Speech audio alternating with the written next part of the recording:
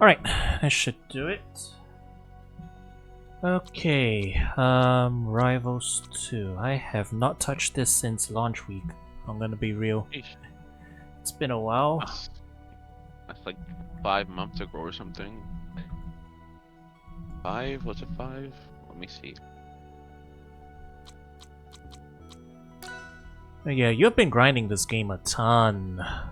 Oh, absolutely. Yeah, I'm gonna get my ass handed to me. It's okay. Maybe you can teach me some stuff along the way too. I can try. Yeah, alright. Okay. Are you gonna make a lobby or something?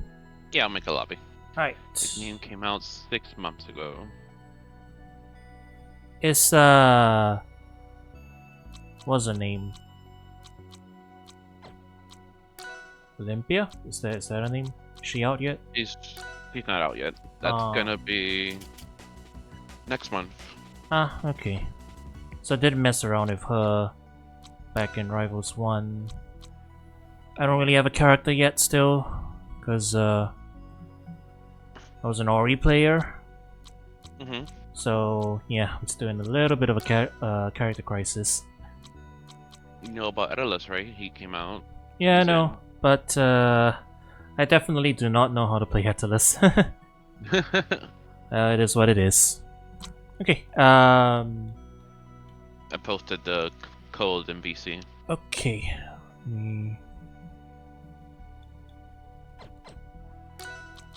Lobbies.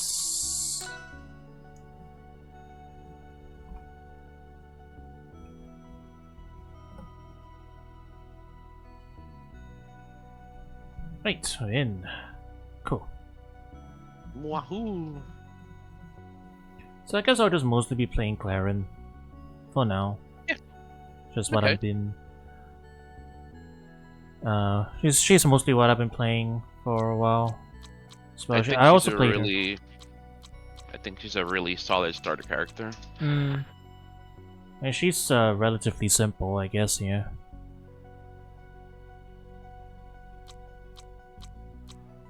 Huh, I'm not subscribed. Let me fix that.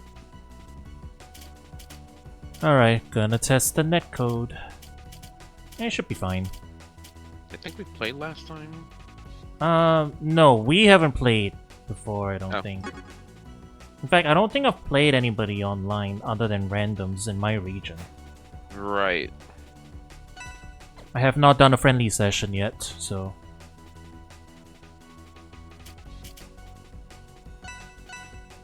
Let's see how this works out. Yeah.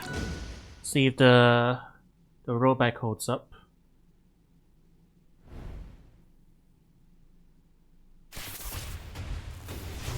Let's see.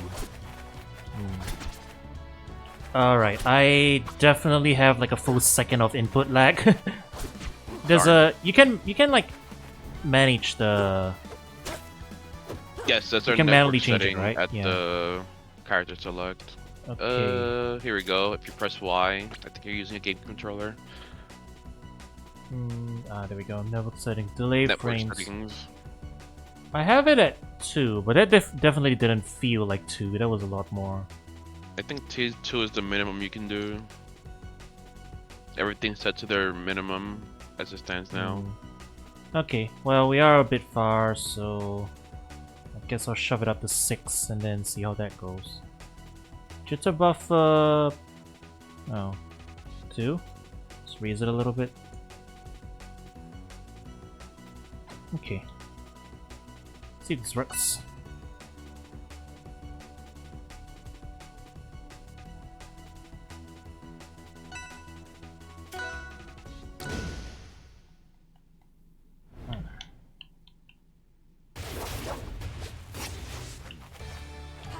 Oh boy, yeah. So, here, I don't know if you can hear it. I'm gonna put my controller up to the mic. Here's me slamming the controller to the left. Jeez.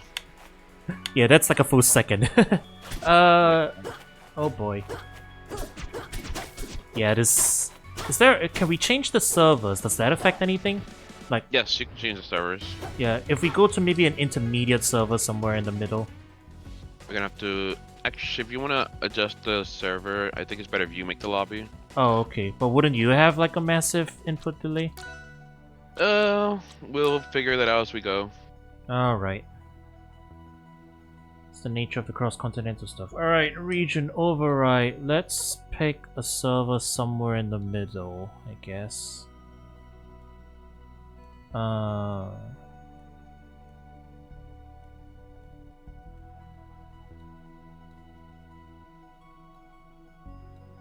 I don't know which one is geographically in the middle. I'm at the end of East Coast, so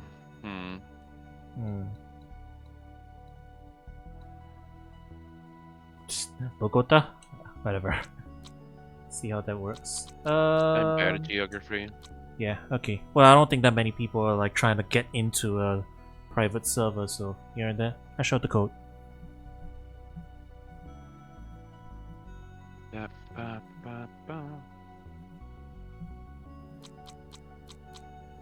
Alright, let's see if this server works better.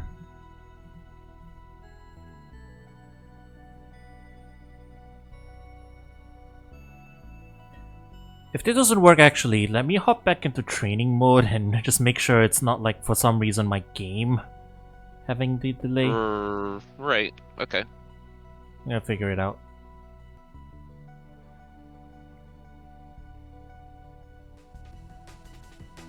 Oh boy, no, that's even worse for me. I was at 280, now I'm at 300. Alright, this server's not gonna work out. Alright, give me a sec, let me just make sure.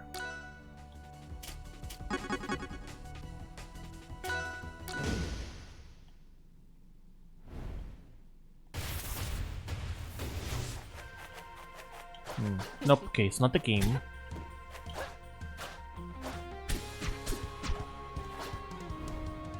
So it's definitely netcode related.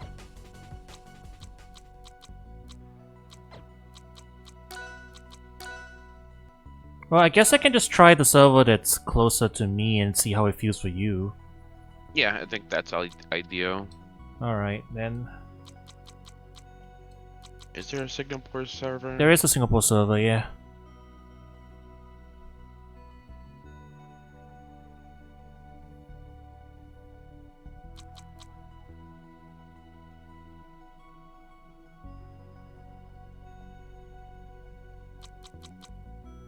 Oh, slightly scuffed, but it's fine. We'll make do. What I did do was host your tournament, but we never actually played. That's what it was, I think. That's why you might be thinking of. Right. I was spectating the whole time, so yeah. We didn't actually test if like our connection was playable. Right, I remember now.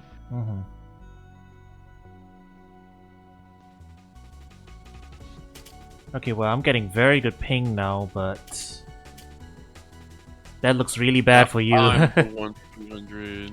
Yeah. Let's go. Let me see how this plays out. Yeah, sure.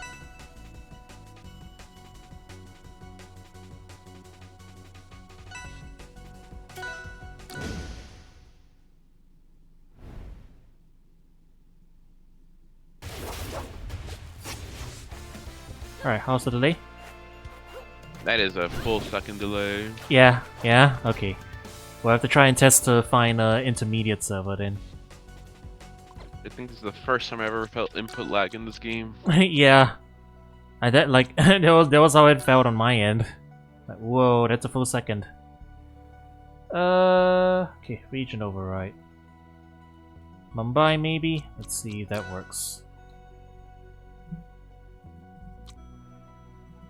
Mumbai. It's in India.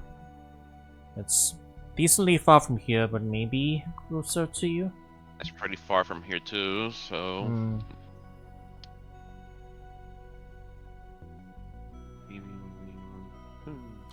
If this doesn't work, I guess we'll try a European server. Maybe that'll be better. That's something in between us, yeah.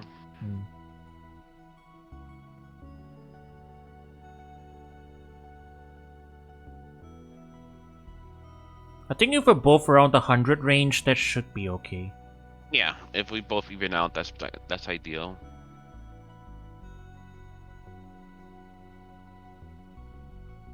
It seems like anything over 300 gets you input lag.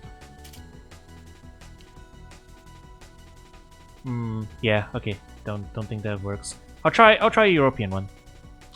Okay.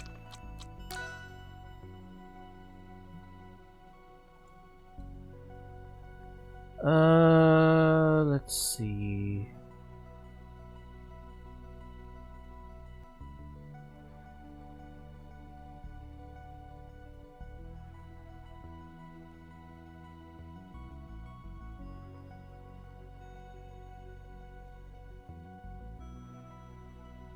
Paris, maybe? Yeah, let's try Paris.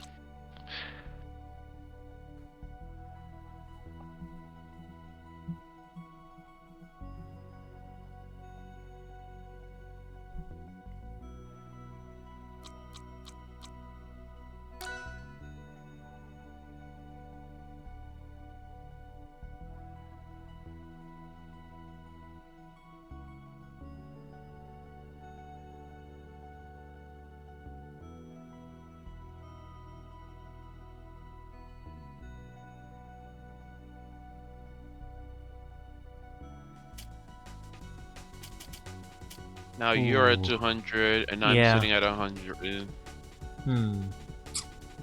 Do we? I guess maybe we gotta go through the list and just see every single one. Yeah, I guess Oh so. boy. I mean, I got time. I'm not doing anything better.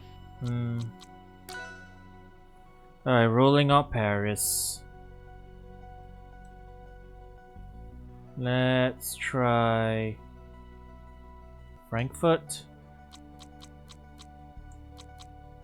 That's in Europe, right? It's yeah. It's Germany.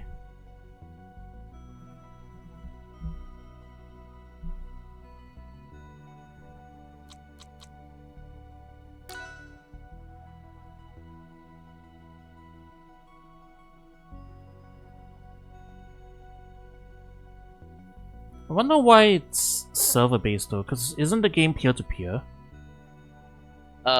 It is not peer-to-peer as it stands now, I believe. Interesting. Which, my understanding, it's ideal to be peer-to-peer. Well, this is somewhere in between. I'm still red bar, but yeah, I'm under 200 at least. Let's see if this works.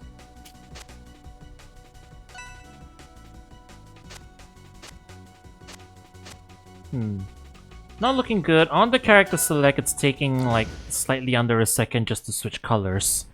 So I don't know how this is gonna go, but let's see. Okay, yeah, it is better. Playable? Yeah, I guess playable-ish. Getting 8 frames of rollback though. Do you wanna play it out on this one, or you wanna keep browsing? We can play it out here. If that's not to your liking, we can try a different one. Alright, sure. Okay. Yeah, alright. I have not played in ages. Oh boy, the teleporting on the dash dancing. Uh-oh. It's fine. I'm here.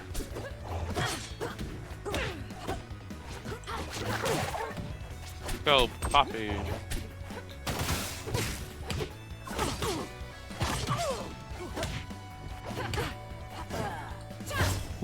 Yeah, I'm feeling it alright. I'm feeling it. Oh boy. Yeah, when you dash dance, it really makes the teleporting go crazy. But, that's just rollback, yeah. You're shaking the camera. Yarg, me be a pirate.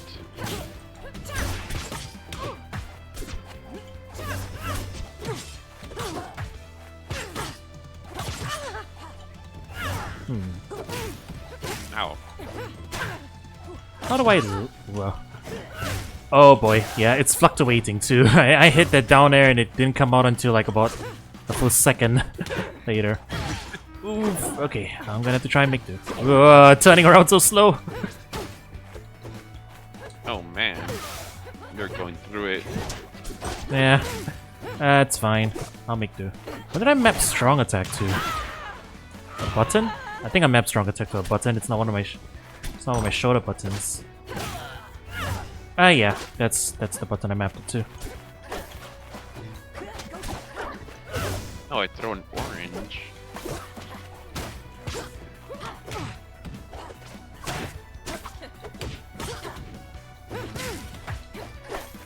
Orange. Bro's instant transmissioning around me when when I'm getting up. They're teleporting during my combos. Oh, I'm teleporting on your end too? Yes. Yeah, well, Just a go back. bit.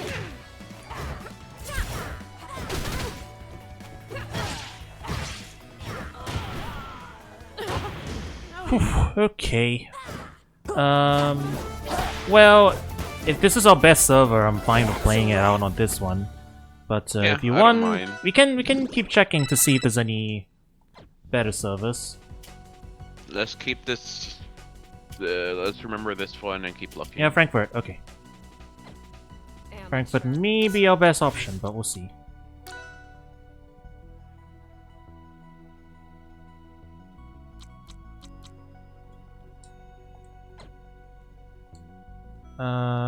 Let's see. Frankfurt. Where is Manama? I've never heard of that. Manama? Bahrain? I Oh, it's don't Bahrain. know. It's in Persia. I can try. Why not?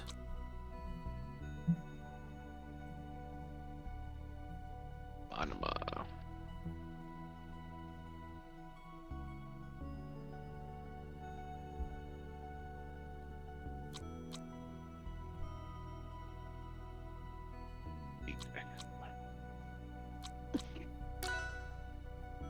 Hmm. Oh.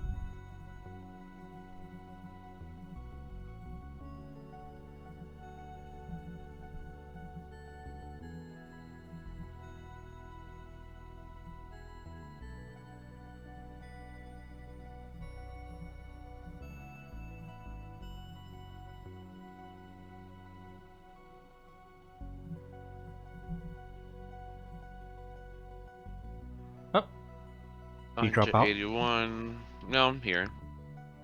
Oh, okay. Just some weirdness. Well, it's equal. We're equal. That's funny. We're both red. We're both red bar. Well, it is under. This is the best value I've gotten so far, though. It's under 170. If we're both in pain, I guess it's fair game. I guess. Alright, how's it feeling? This is doable, to be It's honest. playable, yeah. It feels playable on my end too. Maybe this is the goal. Alright. Okay.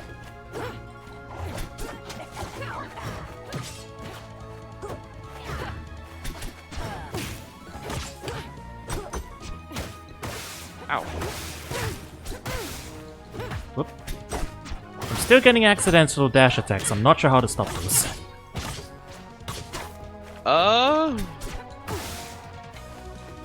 Like, I guess you gotta crouch cancel out of the dash in order to. Yeah, you want to crouch cancel. Yeah, but it's crouch really. during But, dab.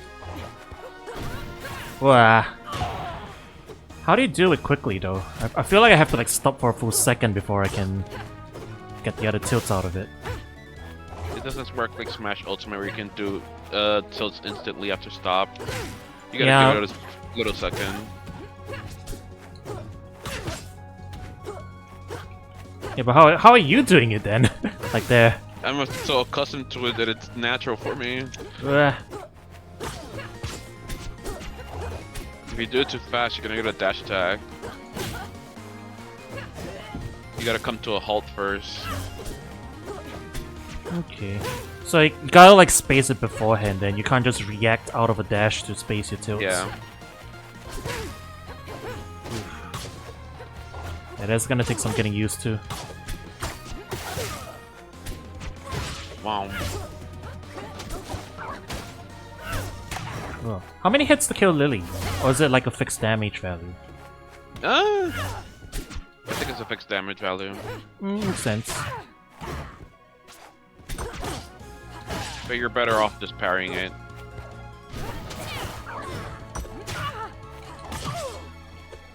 Can you parry out a shield, or is it only through the parry input again? I forgot You can about parry that out a part. shield if you press B. Special. Oh, it's B. All right, that's why I was trying to like shield release like it was an ultimate.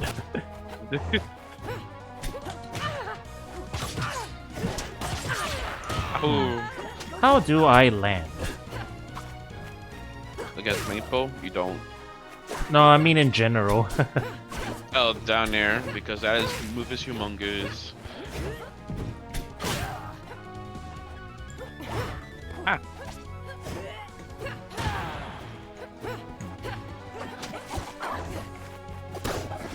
Oh no. Where? Can't space. Help. Alright, I don't have command grab on neutral B anymore. It's laser now. I tried to command grab with Alright, grab I with used laser. to be Iron's Yeah. neutral B in Rivals 1. Yeah, she used to have that. That was pre-shoots. That's a wrap. I'm still here. Oh, is there's no instant rematch, is there? No, but if both players press start after the game ends, it goes straight into the lobby. Oh. There's also restart. But we can't just like go right back into the same stage, reset. Fair enough, Nope. yeah. That's a fighting game thing, not so much a platform fighter thing. Now that I think about it, you can't do that in Smash either. You have to go back to the lobby every time. Ah!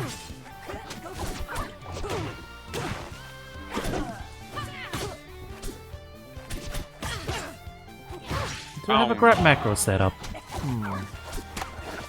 Yeah, I do. Okay, it's on my right shoulder.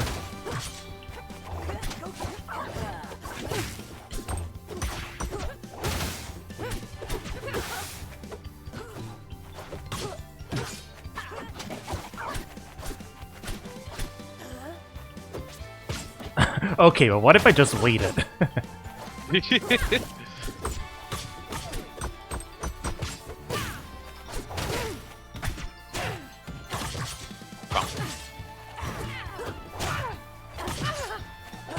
Can we air parry?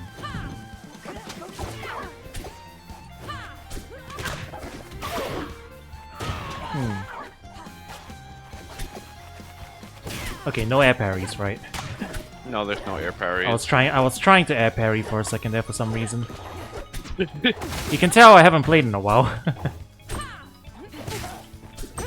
If anything, there's an option to set your air parry to do something. Like for example, you can set it to do neutral B.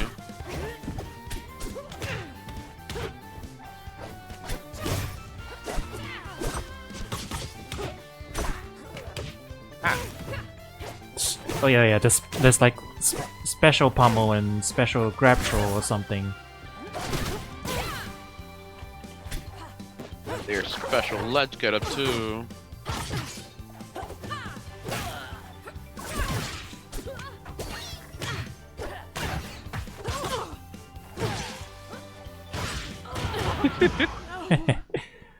Alright. Getting back into the swing of things. That's a wrap. Oh, I can hold start to force ready. Oh, that just sends us back to the lobby? Okay. Okay.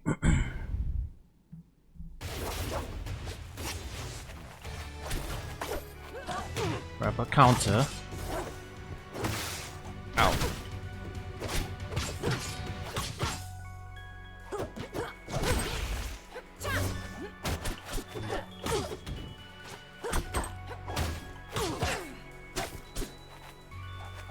No, my dash grab.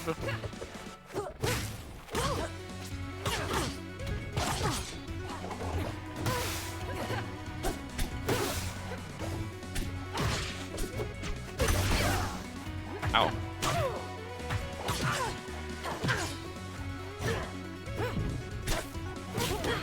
Your hit stun for pretty long, huh? What happened? When you're being comboed in this game, you're in hit stun for quite long. Cause I was trying to like air dodge to the side to get out of it. Oh yes.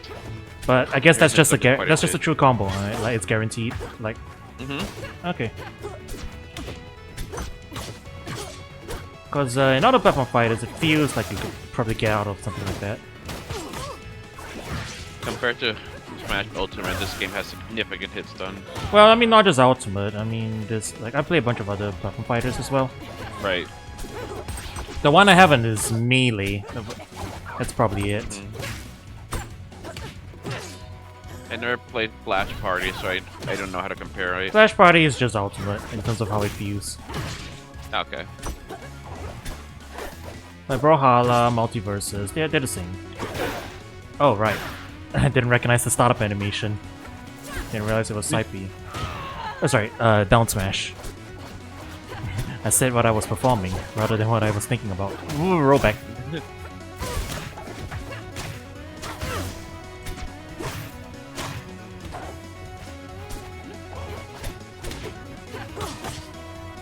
You can also probably tell I'm not very good at movement in this game. Oh, absolutely. No worries. It took me a hot minute to get used to it. I'm playing very slow and defensive right now because I don't really know what else to do.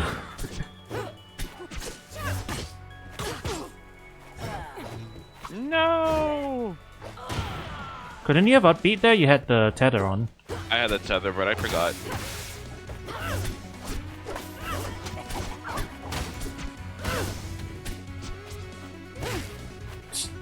I wanted to dash jab there.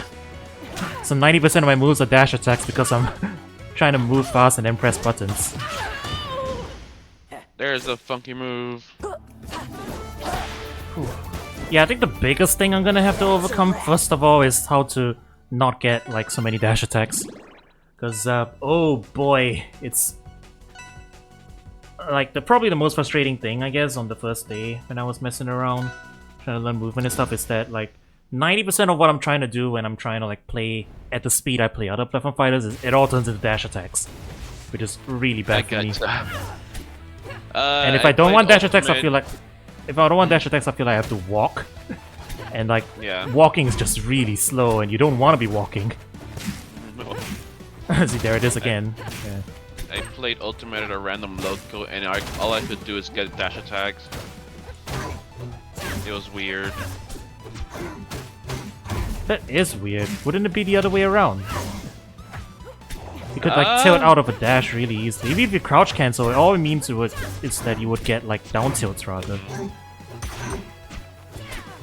Actually, now that I remember, I would get forward smash often, and I guess because this game doesn't have smash, doing smash attacks with forward and A. Wow. I mean, you can. It's an option, right? Like, yeah, it's an option, but I don't have it on by default. No. It's all dash attacks all the way down. Can't get anything else. Maybe I should just stick to the air for a little bit. Claire can play air, right? She doesn't need to play grounded. Yeah. And yeah, maybe aerials are very solid. Yeah, but her ground tilts are really good too. Yes. I would like to be able to use them out of a dash. Ah. I would like to be able to use them out of a dash. I don't think that's happening. Can you mash out of that, by the way? What? Mash out of grab? No. No, the... Oh wait, that's not a... It looks like a berry. It's not actually a berry, is it? No. Okay. Just went by intuition there. Like that, yeah. It kind of looks like I was buried for a second there. I guess that's not the case.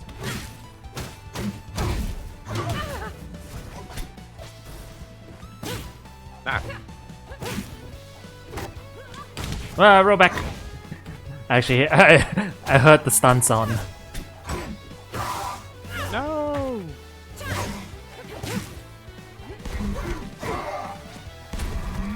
I missed that. No way.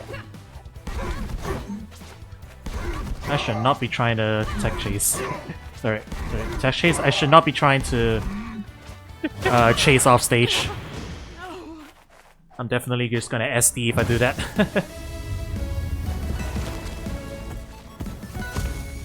Everyone follows them. You don't deserve power.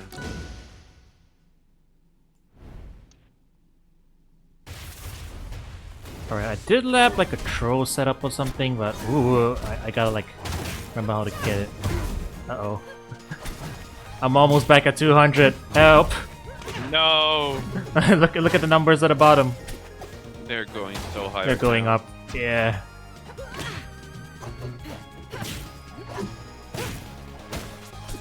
Ow.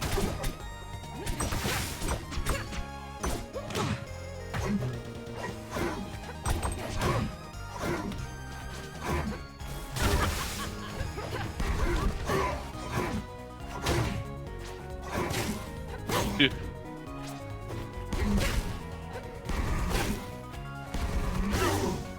Ow. There wasn't a tipper? Guess not.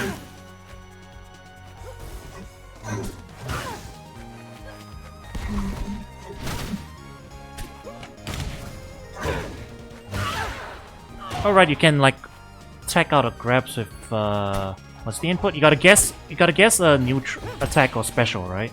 If I jab or special you, yeah. If I Do you just have to throw hit the you, grab you input grab. as well, or just the button? No, just a button. Okay.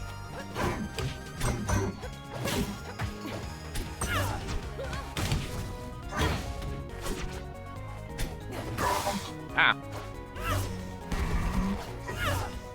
Alright, I remember how to wave dash.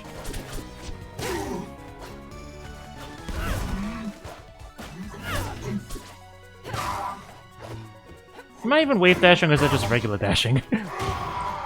That is definitely a wave That's dash. wave dashing, alright. Yeah.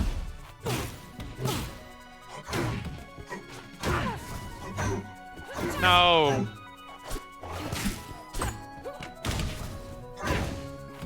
Remember, you can press B to stop that.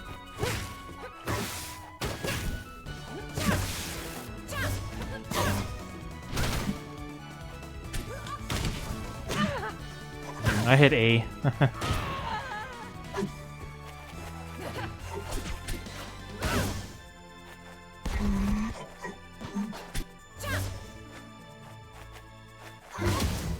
Bonk.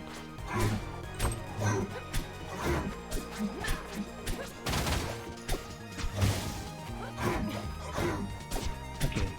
My grab is... Oh right, I also have shoulder jump. That's why I remember. I have like different controls than what I usually set up for platform for the other platform fighters because I wanted to be able to access like quick jump. Quick jumps out of like for wave dashing purposes. I think. Yeah, I remember now. I set left shoulder to jump, right shoulder to dodge so that I could wave dash and then still have my face buttons free to press attack stuff. Which is different than my layout on every other platform fighter because I usually map the shoulder buttons for a grab macro. Oh, okay. So my grab macro is like somewhere else and I'm not used to it. It's okay. But I could probably at least get some movement down with this at some point. Triple Slowly forward coming smash. back, yeah.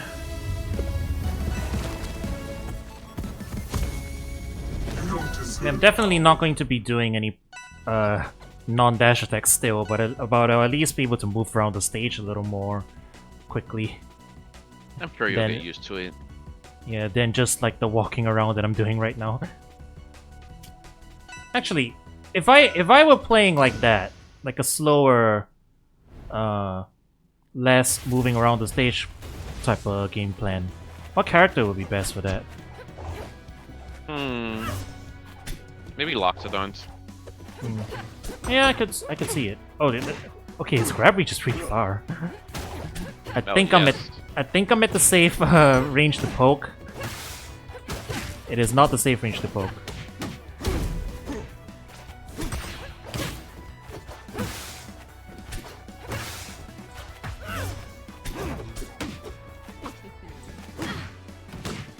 There was a missed wave dash. I went into the air.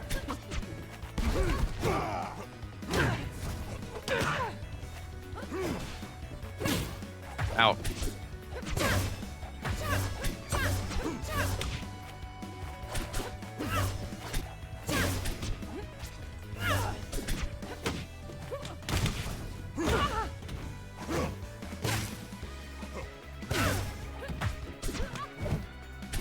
We broke free.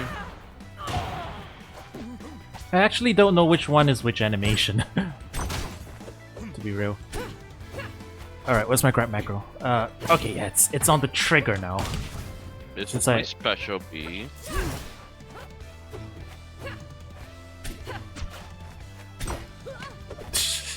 Oh, we broke the jab. Come on.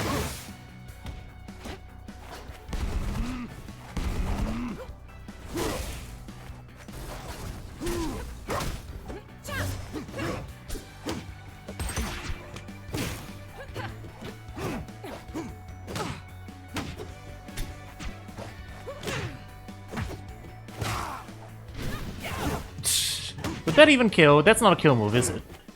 Up B, no. That's not active very long. It's not too long, but it's huge.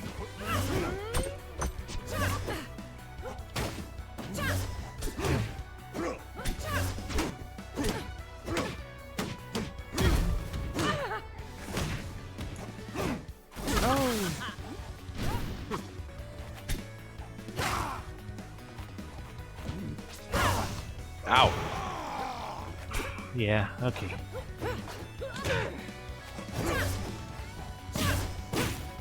Honestly, if I take the first stock off of you, I'm happy enough. I'm basically 0 experience versus a tournament player, so... No, I missed.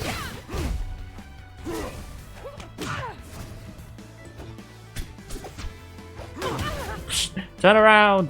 Help!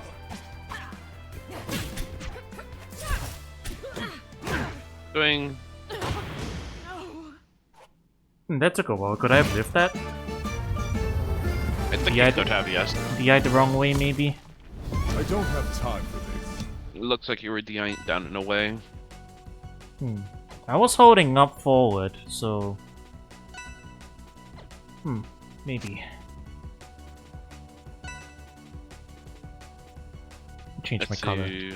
I still can't take off a mask, can I? That's not implemented. Mm, The taunt. no. Taunt is not in the game.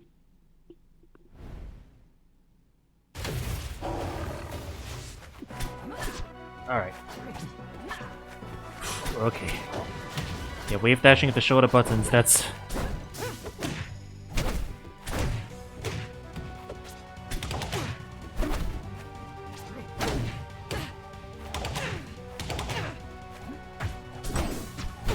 I finally got a single ground tech.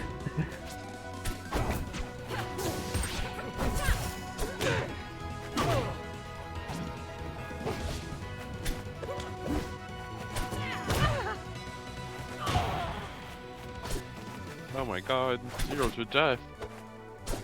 So like, I'm holding up and towards the stage there. Is that the wrong direction to DI? For what? On that last stock, for example. No, that's not the wrong direction to DI. That took a really long time though. It felt like I could have lived that.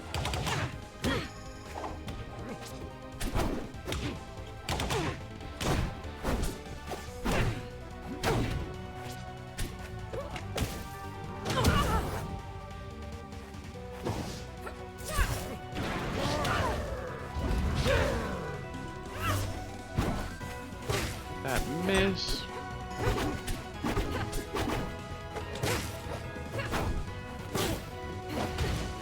Still have the dash attacks. Ah!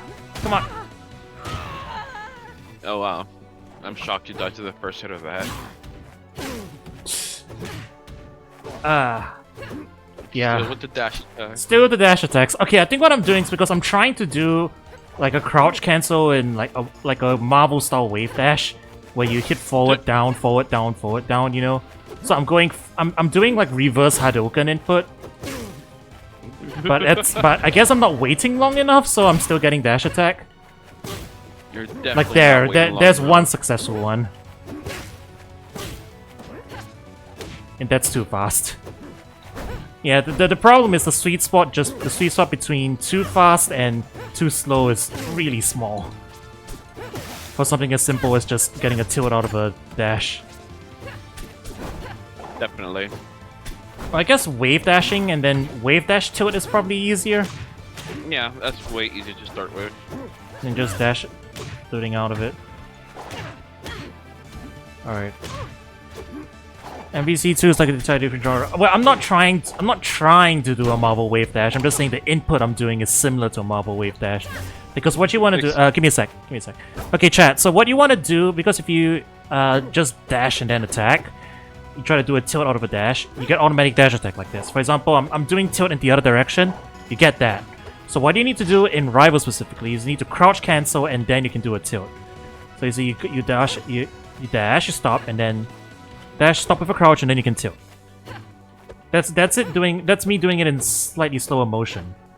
So you see, so dash, crouch, tilt, dash, crouch, tilt, dash, crouch, tilt, like that. But you can see I'm doing it a little slower because like I'm like coming to a stop and then hitting the dash, the tilt.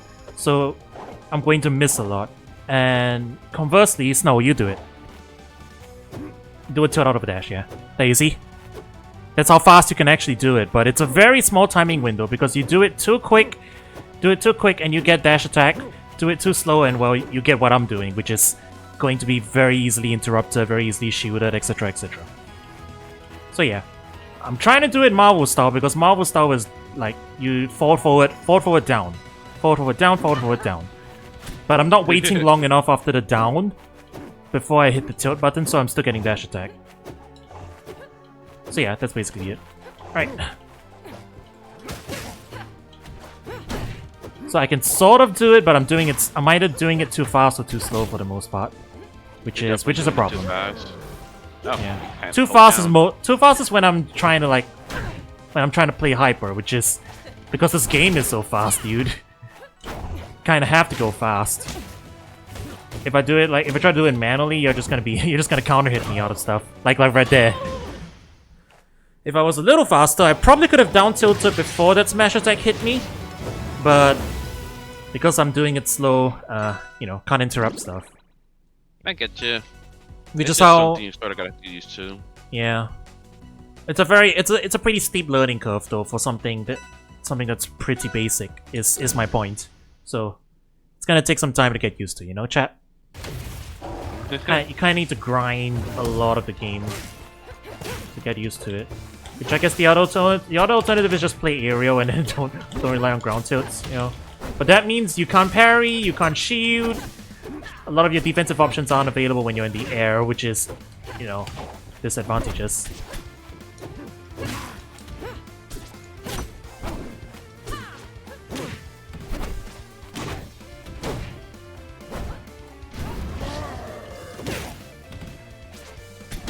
I'm missing a lot of my ground techs.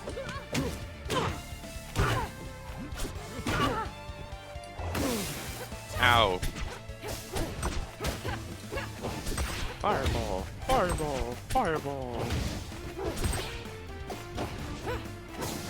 Are they also perfect shields? Because I'm hearing different sound effects sometimes. There's definitely perfect shields, yeah.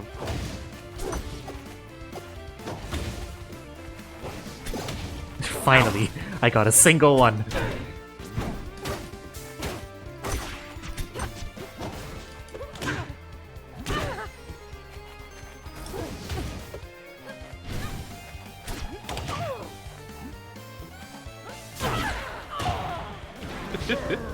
I'm not gonna be putting out much of a fight. Just heads up.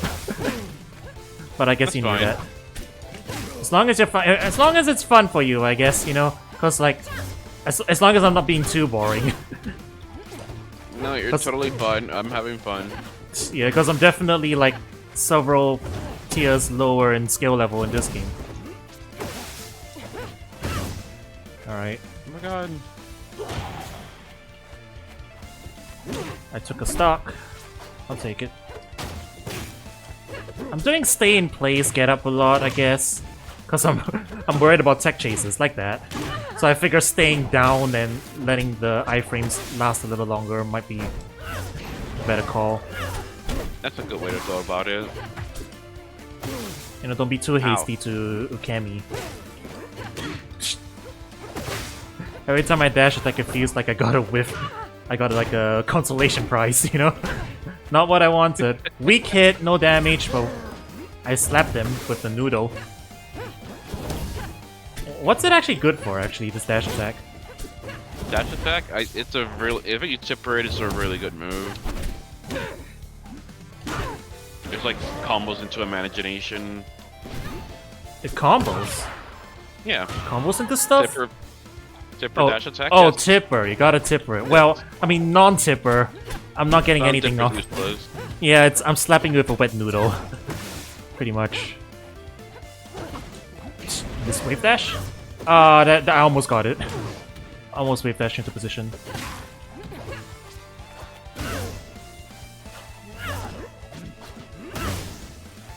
My god. That's weird. Ah! Okay, gotta hold down if I want to wave dash.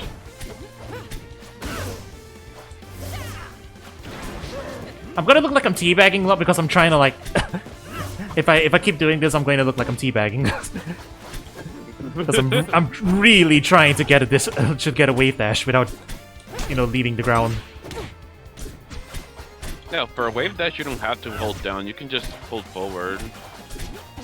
Yeah, but okay. Here's me trying to wave dash without holding downwards. Okay, that's what happens. Really? I think because I have a natural tendency to hold slightly up. Oh. So I get like that a lot. I have to like consciously hold down forward or down back. Interesting. Okay. Again, that's another like not used to it thing. Because with tap jump off, the tap jump off, I think that's just a habit I've developed. Especially since I'm also not wave dashing with my jump button. I'm wave dashing with like the other shoulder button, so I'm getting like jumped sometimes out of the stuff. Yeah. Okay. Like that. I'm hitting too many times, I guess.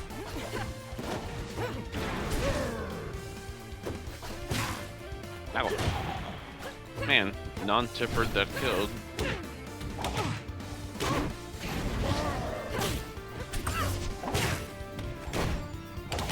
Oh, I know which game has air parries now that I'm thinking about. Multiverse has air parries. I keep trying to air parry because of that. Multiverse like, has air parries. Yeah, because Ultima doesn't have air parries. No. Yeah, so I'm like, why am I trying to do this? Oh, right. Because I played 2 hours of Multiverses with Verse the other day. So that's why I'm trying to do it. Okay. I gotta get used to like air dodging to get back down. Although I guess in general, in Rivals 2, if you're in the air above somebody, that's a really bad position for you regardless, right? Very bad position. Yeah, like you're in disadvantage. It's not much in the way of defensive options you can get from that position. Neum.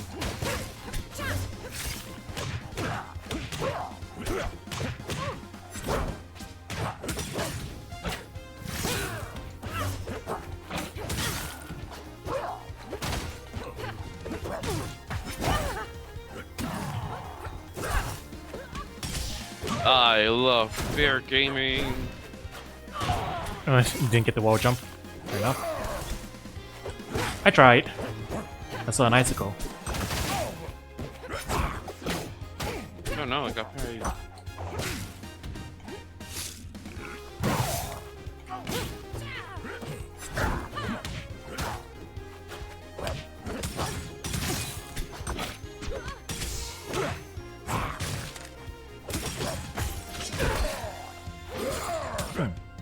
Wonder what the answer was there.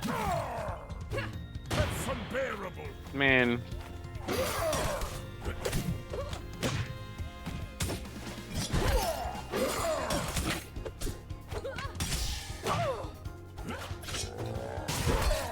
What? So my I don't- special pummel makes it so that if you land, you get frozen. Oh, if you land, you get frozen? Yes. That's new. Yeah, that wasn't part of Aether's Rivals 1 moveset. That thing? No, it's not. Yeah, that's completely new. So how do you get rid of it? Can you get rid of it? You can. It eventually goes away if you stay in the air for too long. Oh, what if I hit But you? It doesn't Does it go away if I hit you, or...? No. The way you gotta tech and block it. That's the only way. Or you can just.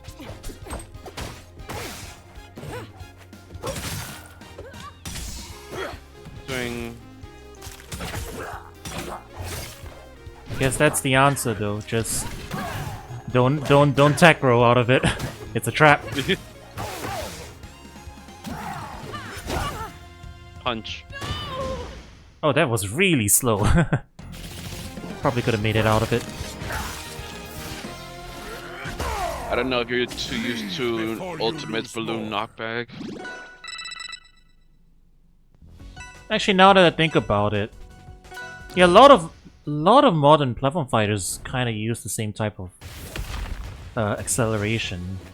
Do they? Or at least, I don't know. Maybe I just haven't played like other stuff in a while. Yeah, never mind.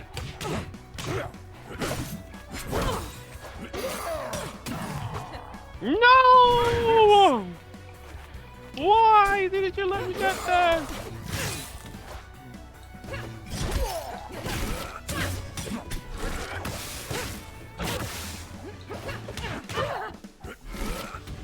I just wanna get my up tilt out of a dash. This looks like a really good spacing tool. It is. That move is ridiculous. Yeah. If only I could get it consistently out of a dash. That would make things a lot easier on me. Or forward tilt, you know. A forward tilt would be nice.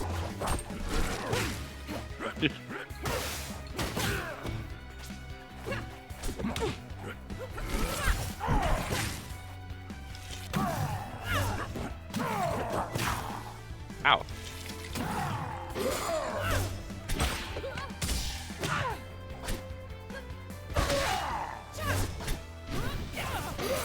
Oh.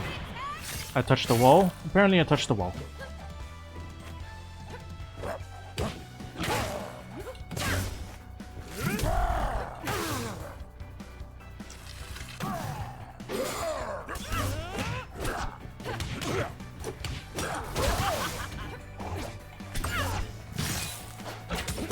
Bonk.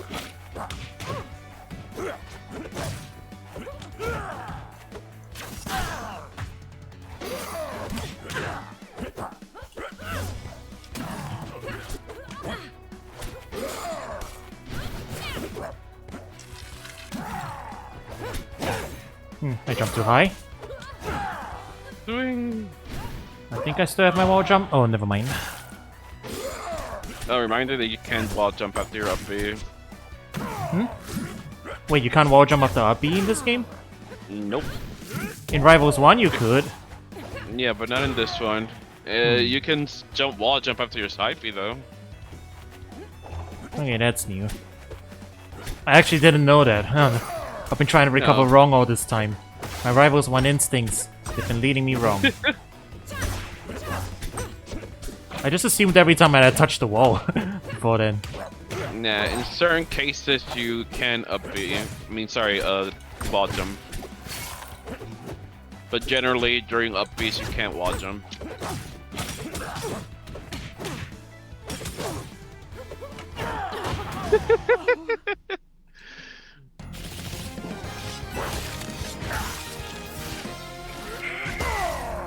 This battle is over. Oh, he's Russian. Oh yes, he's a Russian man. Yeah. He talks like Zangief. I guess that makes sense. He is kind of a... he's a big guy.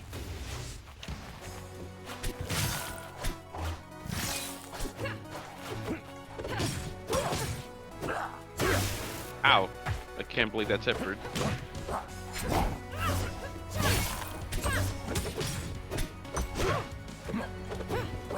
I wonder if it is feasible to play like slower and defensive in this game.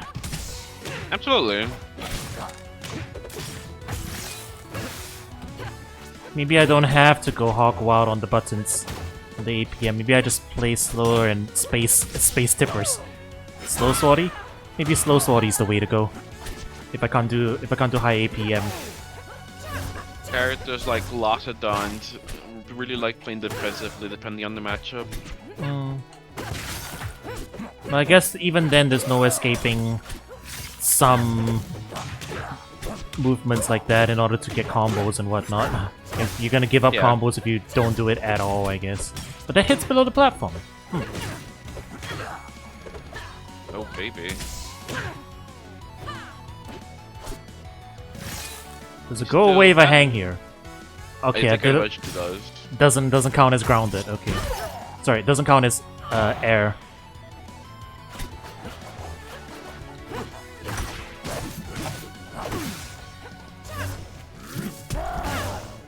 That Ow. doesn't. That didn't tip her. That did not tip her.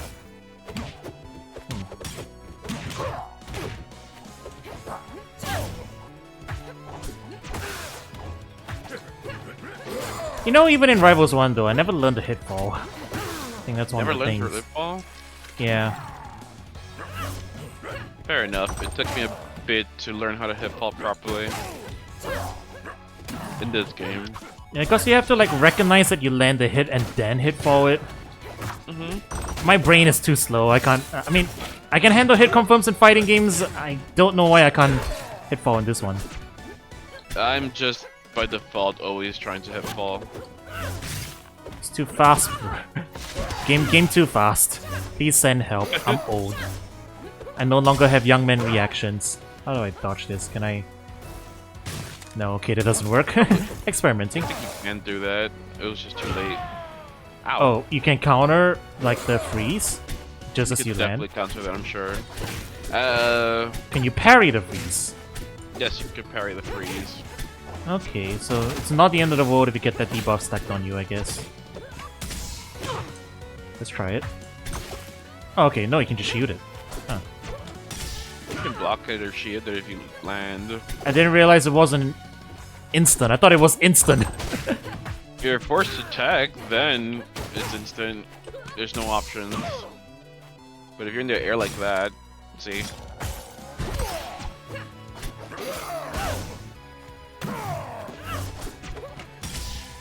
Ah.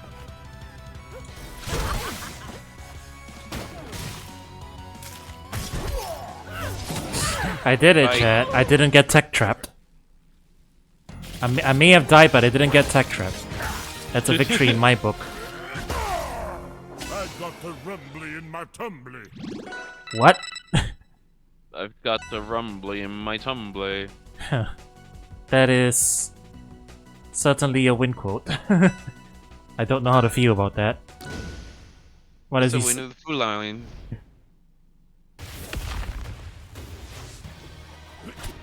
Blood and honey.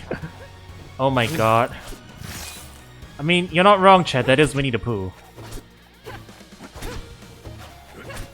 This is neutral, chat. Behold. Behold, neutral. That move is so big.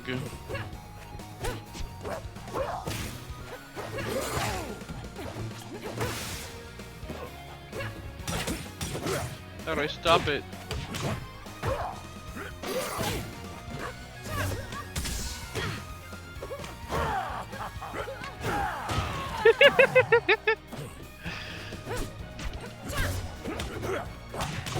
You can't wait for Pooniverse? Oh god, don't remind me. So I guess in that situation, you actually wanna tech out. Otherwise get command grabbed, looped.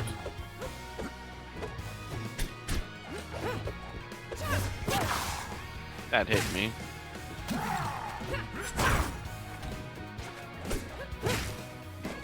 Oops, all dash attacks, chat. That's all we're getting. Ah! I can't believe that worked.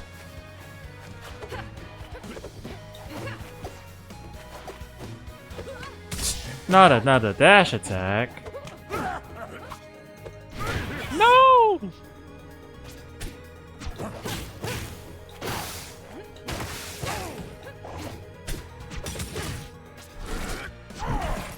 Oops. It was a free ass grab and I didn't take it. Clara can no longer air grab, right? Like she just doesn't have it anymore. No, she does not have an air grab anymore. Pity, I missed it. I like that air grab. Bro, you rolled back from my grab in onto the ledge. Can't believe this.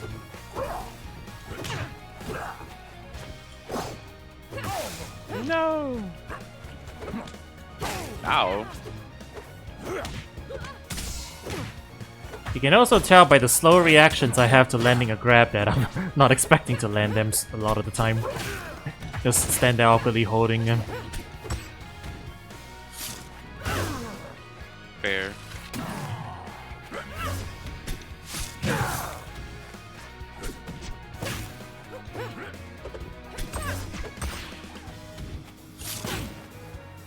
Are you forcing yourself to trip? Is that Yes. a thing? I see. So how are you doing that? He definitely didn't have that last time. You taunt in the air. Oh. That is wacky. Oops. That was a strong attack, not special. Oh yeah, to say side special first, then touch the ledge and up B? Yes. Okay. I think since they added leads, being able to up B out of being able to wall jump out of an up B would be way too strong. Oh yeah, I can see it, yeah. True.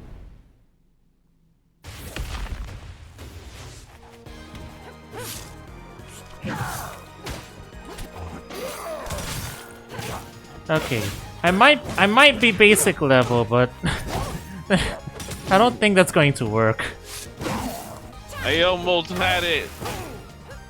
Please stop. Okay. Ow.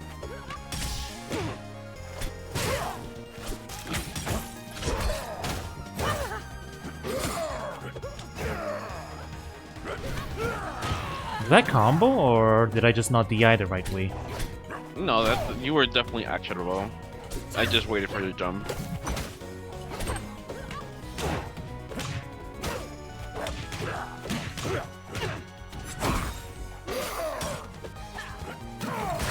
No.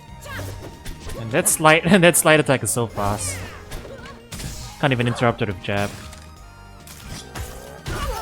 Oh, I didn't hold a direction that time. I wonder why did I get up? I'm Did it not buffer? exactly sure how that works, but I think it's being buffered as soon as you're frozen.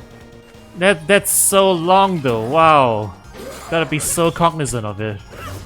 I think it takes your initial direction as soon as you got frozen, but do not quote me on that. I mean that would make sense, yeah, but man, that's brutal then. Because you Still, can recognize I'm blind as you can recognize the situation and then still get punished for it because you were mashing too fast. yeah, but it's fine. I don't know what you're picking either.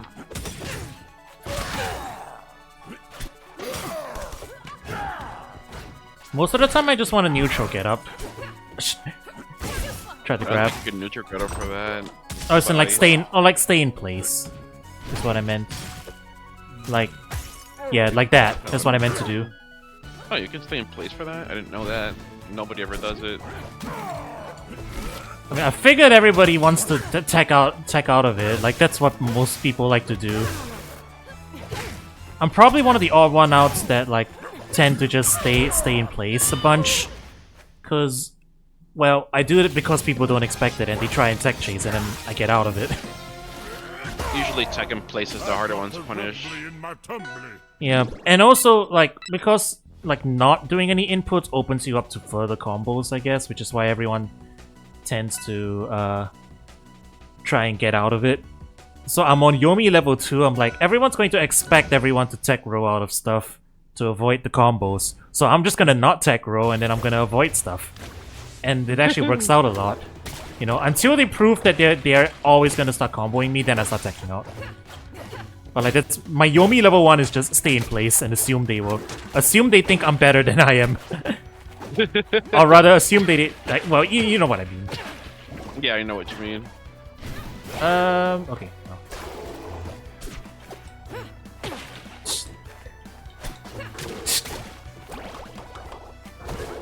Oh, dash attacks all day.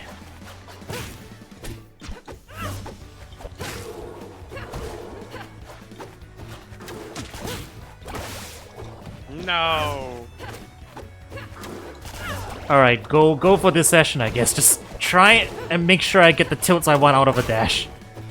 Instead of that, I'm just gonna focus on practicing that tonight. Cause I want to space with my grounded tilts, damn it. That's the whole point of playing a sword character. Your grounded tilts are extremely good, so I don't blame you. I wanna play neutral, damn it.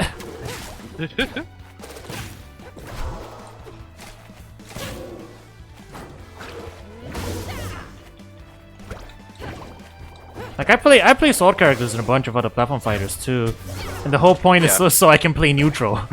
I want to play footsies, so not get barely. So not getting my footsies is pretty annoying, you know. Stop that! No. No more dash attacks. I just want to down tilt.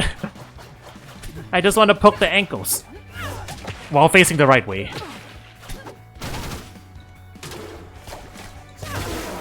That tipper.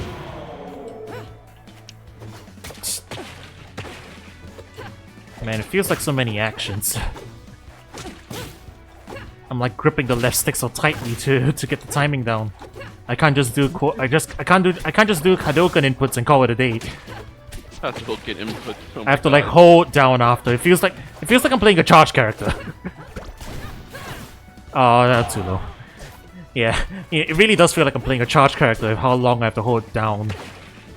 But for a very specific amount of time. Yeah, that's why it is. I'm buffering in like Hadouken attack. And of course, like the buffer won't execute it because that's the fastest possible input. It will always give dash attack. So I can't just buffer in the things like I'm buffering in like other fighting games or stuff. So it's a very deliberate input. It's not something you can do with the buffer, I guess. Right? Like you can't crouch cancel the buffer because if you let go of down and press the attack button, the input's just gonna take like immediately as if though you let go of down immediately, right? Yeah, I think first you should start by practicing by recognizing that your character is crouching, and then you can press A.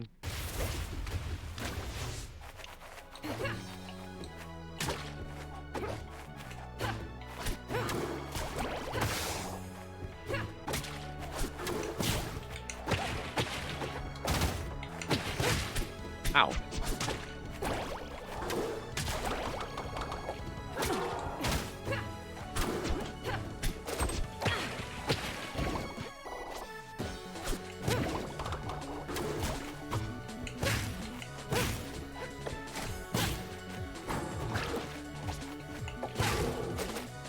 No! It also feels like you can't crouch immediately out of dash all the time. No. Your character has to stop running first. Yeah. So that way it's a little awkward to time. Doing it manual, like, if I'm trying to do it manually and recognizing my character stops, it feels like like it's taking a full second before I can do a tilt out of it. So how do you do it faster? At this point, it's just muscle memory for me, so it's hard to kind of explain. You just have the timing, like, memorized, I guess? Yeah.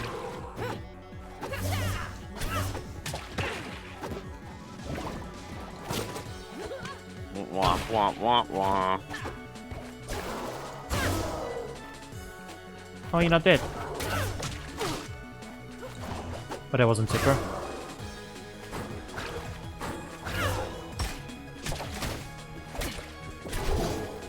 Wow, okay.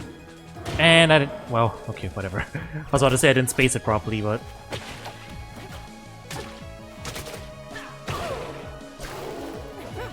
Oh. I messed up again. I hit strong instead of special.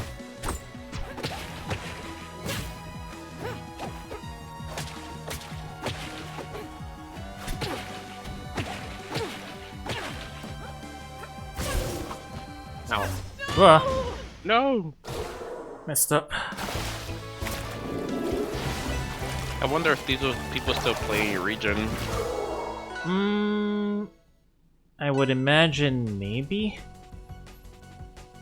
The game did get a decent following in Japan, so I might have that region.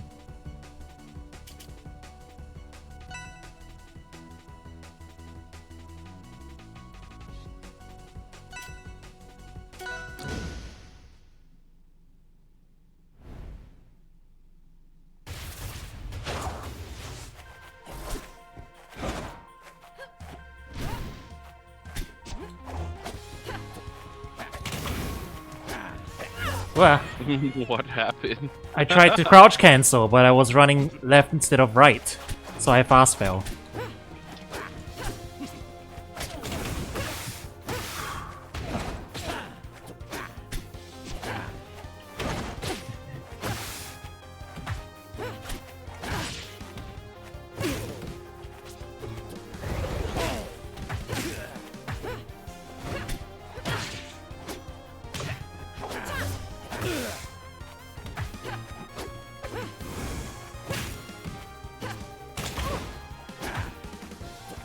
No.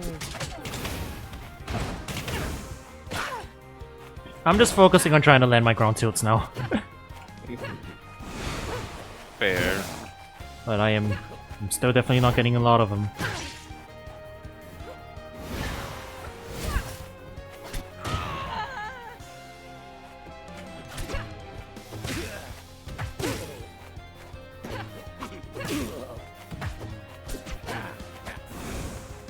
Hey, you're getting it.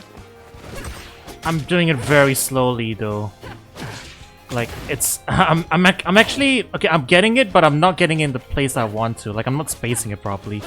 I see that's me trying to like run in and then up to it at that right range. I'm still getting dash attack a bunch. Well, yeah, I guess like doing it correctly, doing it is one thing. Doing it in the spot I want it to, out of a dash, is another thing entirely. If you're in a short range where you just need a burst of movement, so ideally you can just wave that.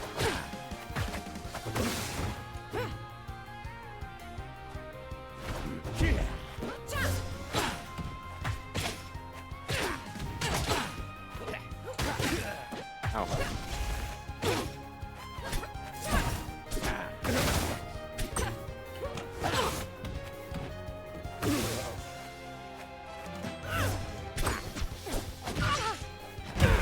I poked it the wrong way.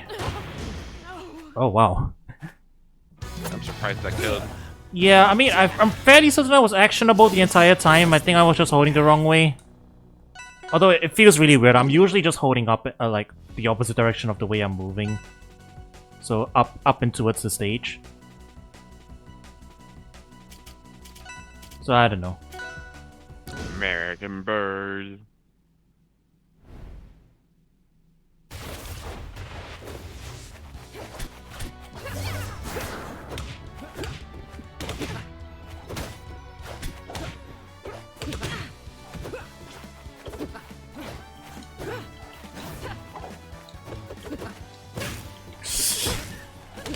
Yeah, I'm still struggling. That's six in a row, 7 in a row. I'm just trying to do a turnaround jab. I'm just trying to stop a run and jab. 7 in a row, couldn't get it. You sit down in training, you'll figure it out. It's a lot of inputs too, though. I don't know if I'll get it so soon.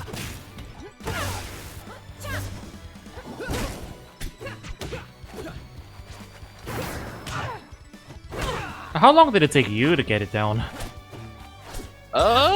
Week, a month? Say, Do you play Rivals I don't 1? think it took me that long. I didn't really play Rivals 1, no. Melee? I played a bit of Melee. Did that help? Was the melee was it a melee experience?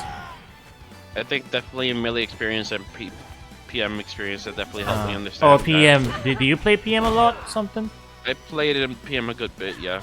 Yeah, that would make sense. Yeah, because my background is entirely not in the melee slash wave dashing era of games, you know. Right. So I have none of that muscle memory to do those usual stuff. I'm like new school. I'm new school platform fighter. New school problem fighter. Yeah, so it might take me like maybe upwards of a month to even get like some of this movement half down good. Like it's definitely not gonna come easy, because it's very tight. just from like basic understanding of stuff, it's super tight. It's the kind of muscle memory you build over like at least a month, if not more, I would say, of like constant playing. And that's a high bar of commitment. During the beginning of this game, I definitely had a weird time getting the hang of it. Yeah. My left thumb is already hurting from trying to be more deliberate with this. Like, I get why people who play melee wear through controllers so quickly, you know? Heck, I get why Verse wears through controllers so quickly. If you're doing this many actions to your left stick, no wonder. This feels bad for my Xbox controller. I still want to use it for other things. Get a game controller. I don't like GameCube controllers, I'm sorry. I never grew up with the layout, it feels weird. Understandable. It just, for me, it just feels right for platform fighters. I've always played with Procon and stuff, and like similar layouts, so it's like the fight stick versus pad stuff, you know. If you're used to fight stick, then fight stick's just how you naturally feel like it. But if you're not used to fight stick, like it's probably gonna be the same. And like the same goes for game controllers, I guess. It's not as different because the layout isn't that different, I guess, but it is different enough for me that it just feels weird. Like, I could probably get used to it, but it's not gonna give me any benefit just for switching over to it. Right. Given that I'll have to relearn, like, my finger placements and my muscle memory and stuff. I always say just use what you're comfortable with. GameCube controllers are gifts from God? Really? I don't know. This might be heresy, but they seem like just any other controller to me, just with like different layouts on some of the buttons. I guess if you really like this, like, what are the buttons above the right stick? Was it Z and C or something? The Z and C buttons, whatever those are. Yeah. I guess because of their positioning, it's easy to slide down from them onto the right stick. Maybe that's why the ergonomics are there. I don't know. I really just like the face buttons. Yeah, but I'm used to like sliding down from the usual Xbox, PlayStation buttons down to the right stick anyway. So the layout of them being not the usual 4 circle buttons, that's gonna take some time to get used to if I really wanted to switch over, you know. Plus, the face button layout just feels right for platform fighter for me. Yeah. Plus, you know, there's also the investment of you need an adapter if you want to use it on PC nowadays. Right. As opposed to like other controllers which are more universal. I mean, I guess they make USB GameCube controllers now. Like, not official ones, obviously. But like controllers with the GameCube layout, and then they work on anything using Z input. I would assume that's probably what you would go for if you didn't care about the needing to play on like an actual Wii or something if you're playing Melee. That's probably the way to go, I guess, if you just need a USB one. I tried using a USB version for this game and it wouldn't respond. Oh, so you're using an adapter? Yeah, I'm using an adapter. Oh, actual one with adapter. Fair enough. I am using an Xbox One controller.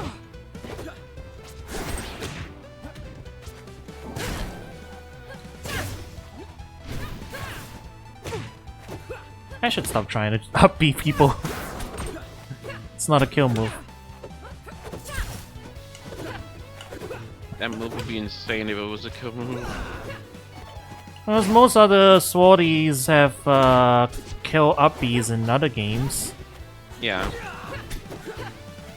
But Clarence up is so big. True. Can I get a single down tilt, please? Just one.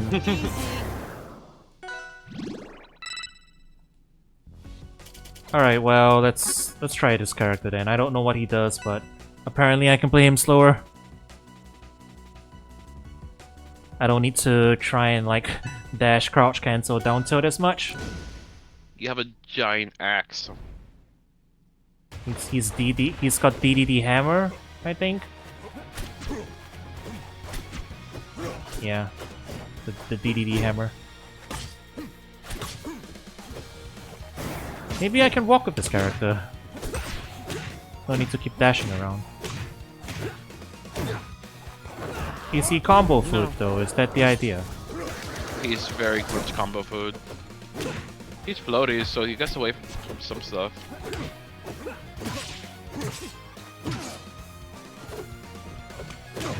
But yeah, he is surprisingly floaty.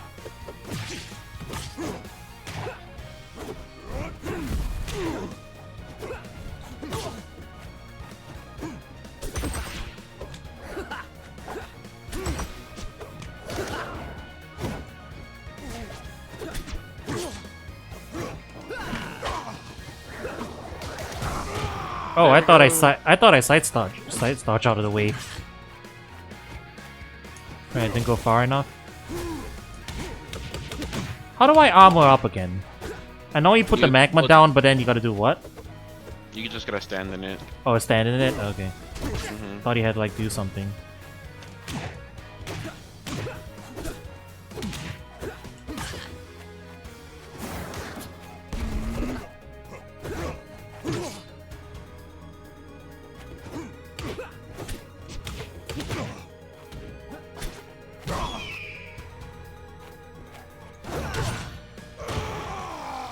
Wow.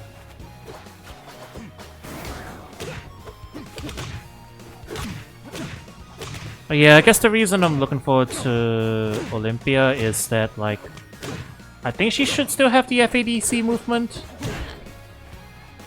FADC. Focus attack, dash, cancel, Street Fighter 4 thing. Oh, from what I understand, she does. Ryu also has it in Smash. Because he has focus attack. So, different alternative movement option, which I really like to do, so maybe that might help me out a little bit.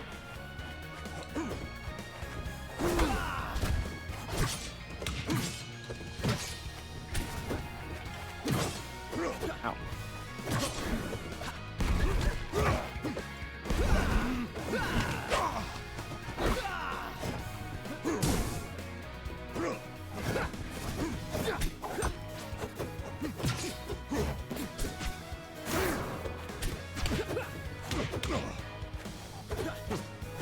I forget what expands the armor again? You're down B. Just down B? Just down B. Yeah, just down B. Okay, so Oh, that's smash what. attacks. Down B smash attack is what cashes it out. Okay. Pretty sure down B uses all of it, and Oh, down smash B attacks uses only all the use one. stacks. Right. Okay. I vaguely remember something to that extent.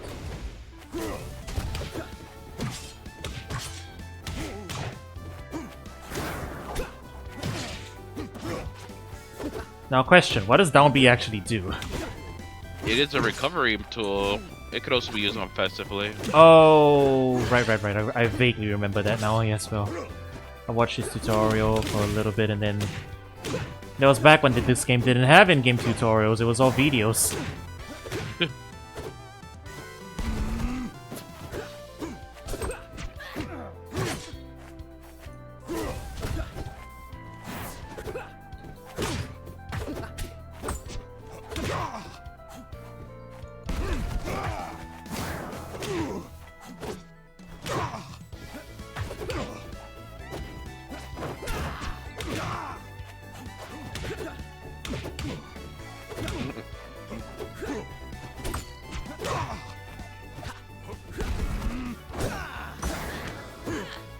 Oh no.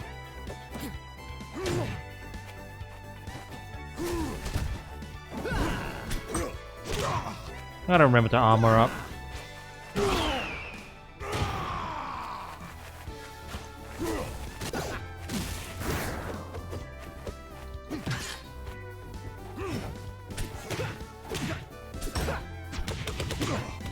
So if you're wondering why I immediately throw as soon as I grab someone and I don't pummel or do anything different, it's because I play, like, okay, in Flash Party, I play a character who has a just frame on the throw release. So I'm timing, Right. I'm just doing it out of muscle memory.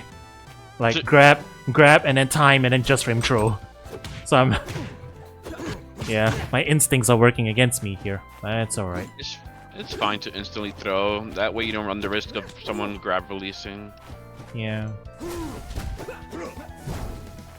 But like, if you pick up on that, you're gonna start realizing that I never do special throw, I only do regular throw. You know? So you're gonna be able to start attacking everything if I keep this up. At some point. Probably. Although now that I've said that, I'm probably gonna start, like, actually trying to do different things.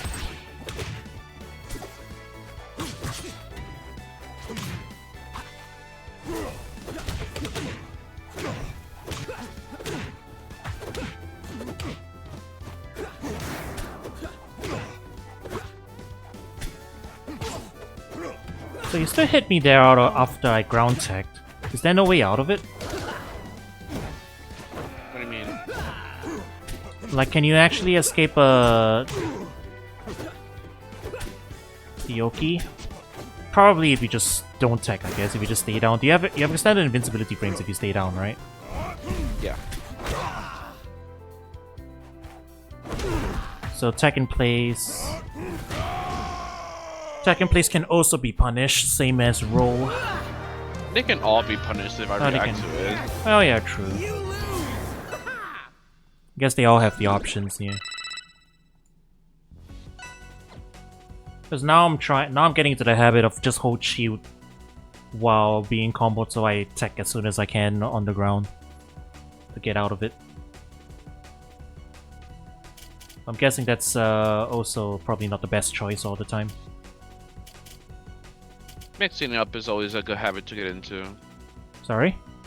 Mixing it up is always a good habit to get into. Oh yeah, fair.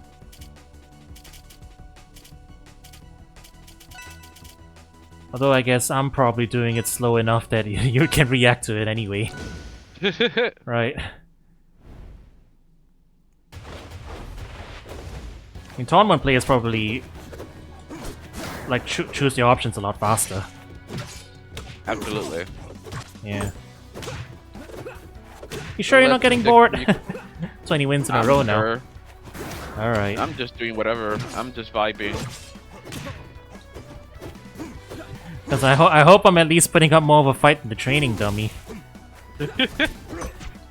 Because, bro, this game's AI got hands. I can't even beat, like, the easiest AI, I can't even beat it consistently. It's kind of, Oh my like, the God. AI kind of cracked. Are they? I don't really play against them. They at least wave dash and tech chase and all that stuff, so... So I guess, like, at minimum, if you don't have movement down, the AI will punish you for it. Which kind of makes things tough for the beginners, you know. Even the easy AI will do that. You mean the easy AI? That's wild. Yeah. It's kind of rude, to be honest. Like, somebody new to the game buys the game, plays arcade mode, gets wrecked. Wonder how the tutorials are now that they've added some in-game ones. Maybe they'll help. You should check them out. I haven't. Yeah, I checked should it out. I should I check don't them out, think see it if is. they're any good. Maybe they'll have more focused methods for learning. Cause no tutorials and only character guide videos at the start were definitely was kind of rough. I had to like figure some stuff out, and even then, not everything. Right.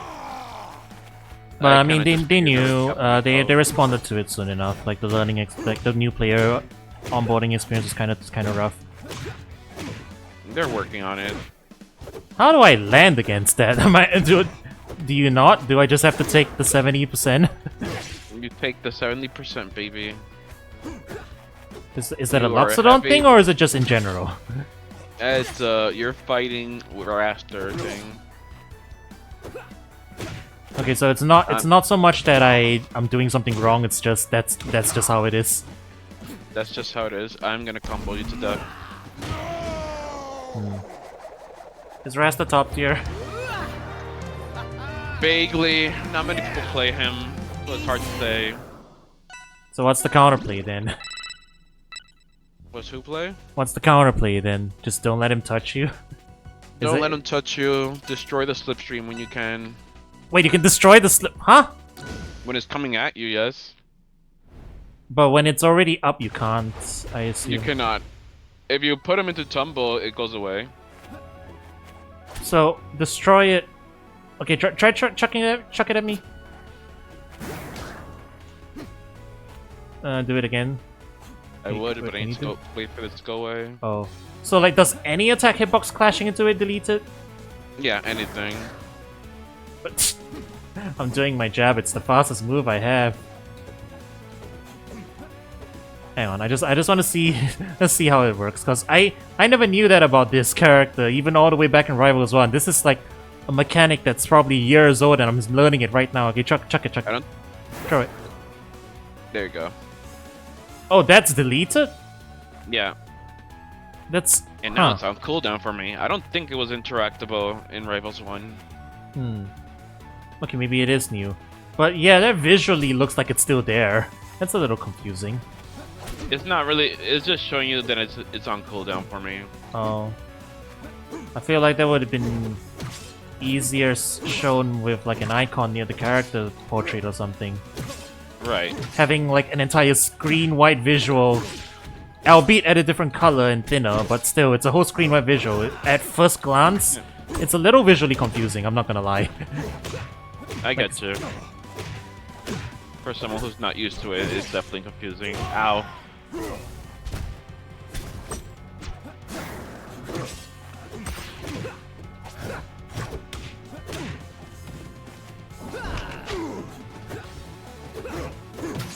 Ow.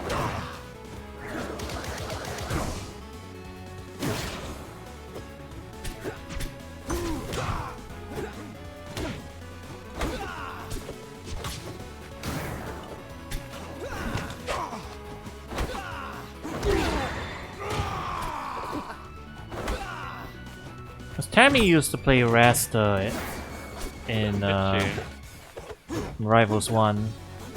I think I definitely... Yeah, I don't think the slipstream was deletable there.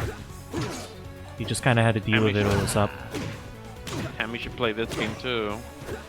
He's a little busy, unfortunately. Otherwise I would hit her up a lot more. Same region, you know.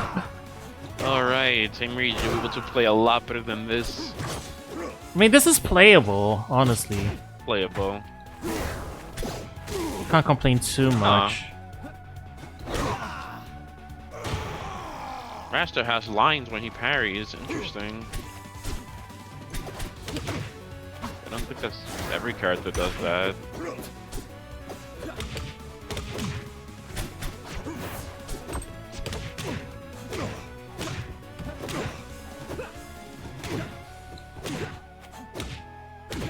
Just another day versus Raster.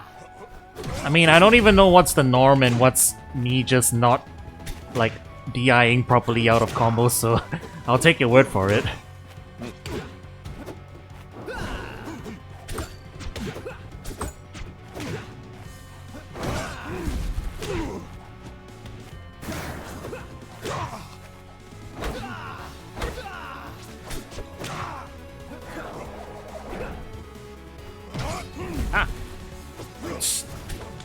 Have you cheated? This go? No.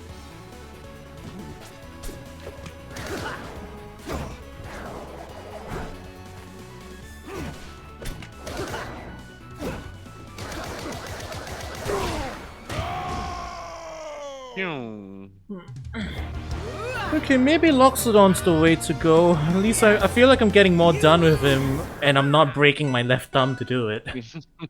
I think Loxodon's a very beginner-friendly character.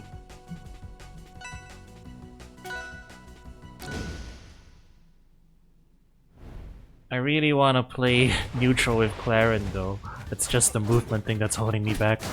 If I could just up tilt, down tilt, and side tilt when I want to, I think that would make a lot of difference. Maybe I just gotta grind. It's a lot of time to commit into something though. It's just a fighting game.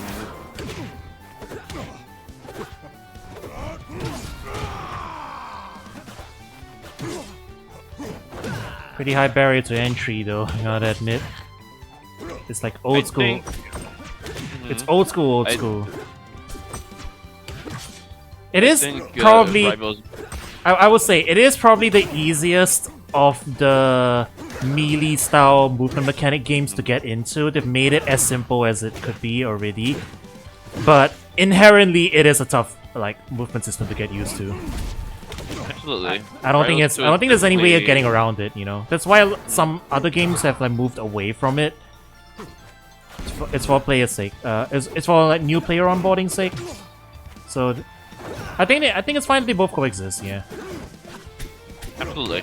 Rivals is still definitely the easiest one to get into compared to... Yeah, and like I said, they've tried to make it as accessible as possible.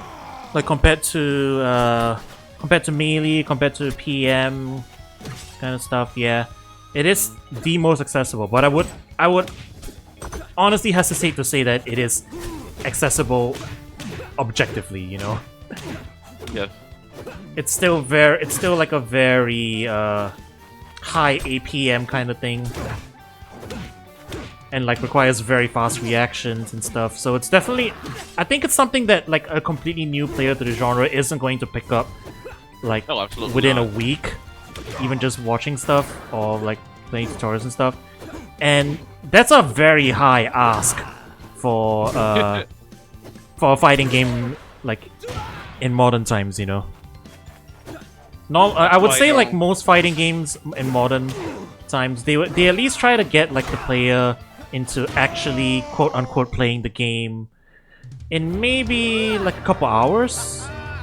Yes. Yeah, a couple hours and you're at least quote unquote playing the game to a certain level. This is why auto combos are a thing now. They want beginners to feel cool. But I mean, not just that. I guess just like, you know, the skill floor is what I'm thinking of here. The skill floor for most fighting games are really up there. Like, yeah, the skill floor for most fighting games I think probably takes a couple hours to onboard new players into. But for like these melee style platform fighters, I'd say it's closer to a couple days rather than a couple hours. If you're starting completely from scratch. Is that a fair statement to say, I think? Like, if you were completely new coming into Rivals 2 specifically, it would still take you a couple days worth of grinding in order to actually start, like, playing the game without, like basically being able to, like, what you want to do something with the character and the character does it. I think if you're familiar with platform fighters, it shouldn't take you that long. But if you're, say, coming from Ultimate, I can understand having difficulty with this game because it's less friendly, I guess.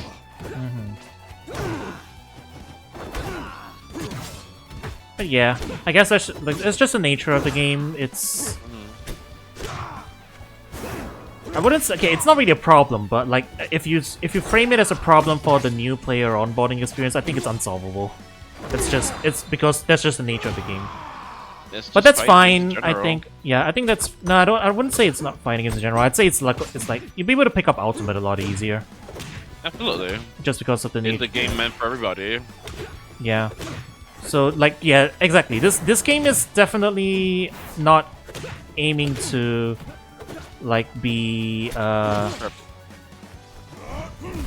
it's for the people who like melee style gameplay, for sure. Yeah. It's for people who like high-paced, competitive platformers. Oh, down I go.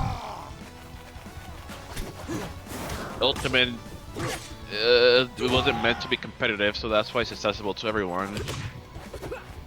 Well, I mean, I wouldn't go that far.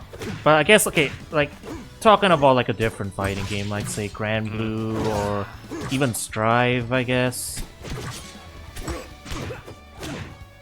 Like, you at least get to the point where, like, barring maybe command inputs and stuff, you more or less are able to get the character to pilot the way you want it to within the first couple hours, I guess. Like, you'll be able to at least use your normals immediately. This game, like, you have problems throwing out even normals, I guess. Like the way you want it to. As demonstrated by me not getting my tilts out of my dashes. I get dash attack all the time. Yeah. I think that's one of the pain. I mean, I guess I focus on a lot about that, but I guess that's kind of my point. There is that initial frustration for new players where you can't get even basic normals all the time. And I wonder, I guess, like, would the game be easier to pick up if they just went with the route of you can do tilts out of a dash without needing to crouch cancel? I think if they did it the ultimate way, it would be better for new coming players. But it would still be like a pretty fast-paced action. Yeah, absolutely. Platform fighter, right? It'll lower the barrier for entry, but I think that's good.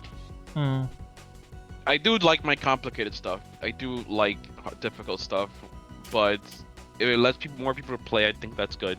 Yeah, I think that's really the only gripe I have with the game. It is frustrating to not get the normals I want to get, and having to do extra hits. Like, I guess that's how some people feel about L canceling in Melee as well. I guess some people like it, or at least are just used to it long enough that its absence feels weird. But I mean, yeah. After playing P+ for a bit, I just had a habit of out-canceling just about anything in any other game. Yeah, but you know, I guess like removing L canceling, like that's the kind of complexity you probably arguably want to get rid of in a platform fighter, just to pointless complexity. Yeah, pointless complexity. So I'm wondering what people think about crouch canceling out of a dash in order to get normals. I don't think people talk about it much, from what I understand. Yeah, maybe because, like, yeah, I guess if most people don't have problems with it, that's probably why. But like personally, I guess Ultimate really has spoiled me, but it is intuitive, you know. I guess getting tilts out of a dash in that game. Yeah. So there's something to be said about just general intuition of how the mechanics feel. This game definitely feels a little intuitive, and that's why I'm having problems with it. I could overcome it by grinding, but like, that's a tall ask for like a player who's probably like trying to be sold on the game, I guess, you know? Yeah. It's a bit of a thing you need to overcome. I never thought of it that way. It's difficult to sell someone on something if they have to sit down and learn something. Yeah. I guess like different people have different tolerances for it, I guess, like for how long they'll be willing to sit down and practice to get quote unquote the basics down.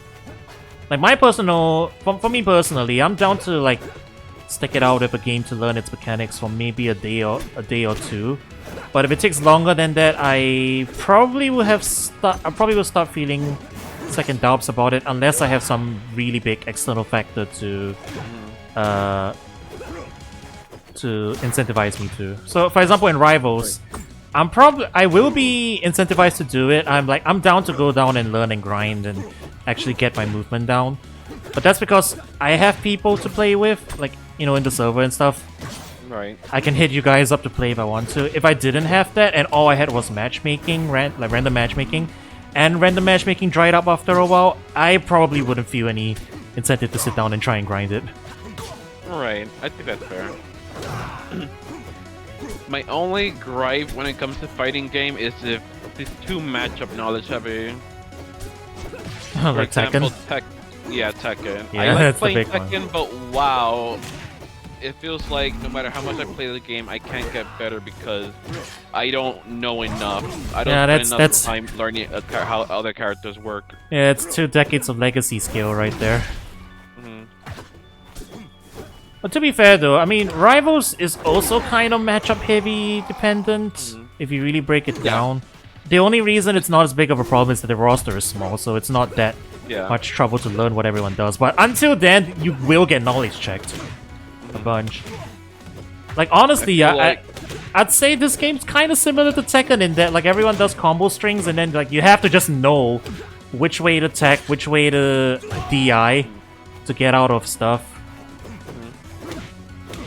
And like, okay, they can mix it up as well, so like there's follow-ups and everything, but you know, if you have zero base knowledge going into a character, then you will, once you get put in disadvantaged state, you're gonna be in a lot of trouble.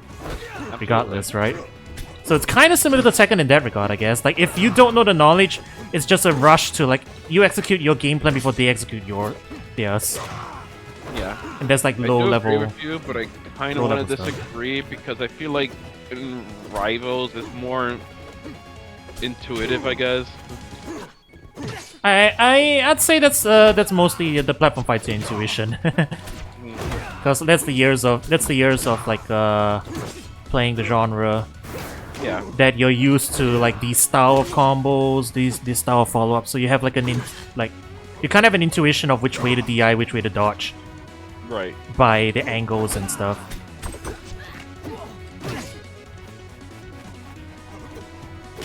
I guess it's kind of like with like people playing Tekken who've played for a long time.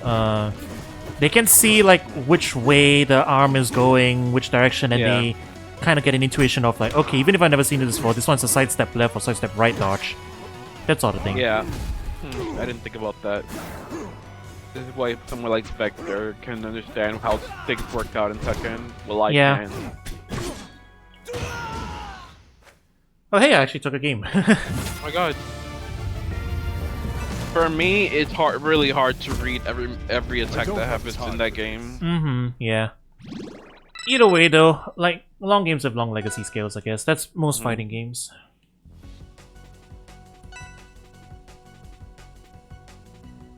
But that being said, I do think Rivals, I do agree that Rivals is kind of like Tekken in the sense that these characters have a lot that they can do to you. Unlike they also all have unique mechanics and stuff. Unlike compared to like Smash, where most characters can essentially effectively do the same thing. Yeah, they throw normals out and then you space around the normals for the most part.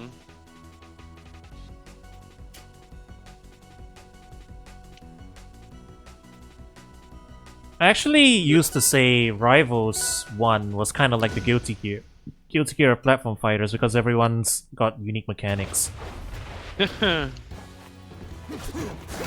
mean, yeah, that kind of fits, I guess. But then it's not really a good comparison nowadays because, like, it's not... you say Guilty Gear and most people think Roman cancels. That's a different platform fighter. That's Rushdown Revolt. Nobody plays that anymore, though. Poor game. It's still around, like the community, it's a Discord fighter, people play it in that one area.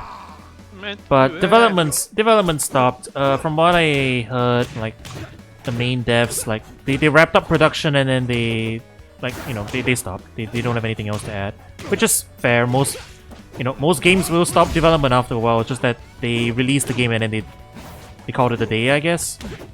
Yeah. It didn't make a lot of money, I think, so makes sense. Rushdown Revolt was made by the same people who did Icons, right? No. I think one guy, like, who was one of the project leads, bought the IP back from whoever had Icons initially, and then a new team made it. So, like, the head guy was one of the guys who worked on Icons, but I don't think the dev team was the same.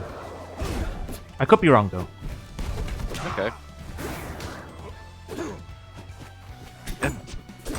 It's definitely not the same publisher and definitely not the same studio, though.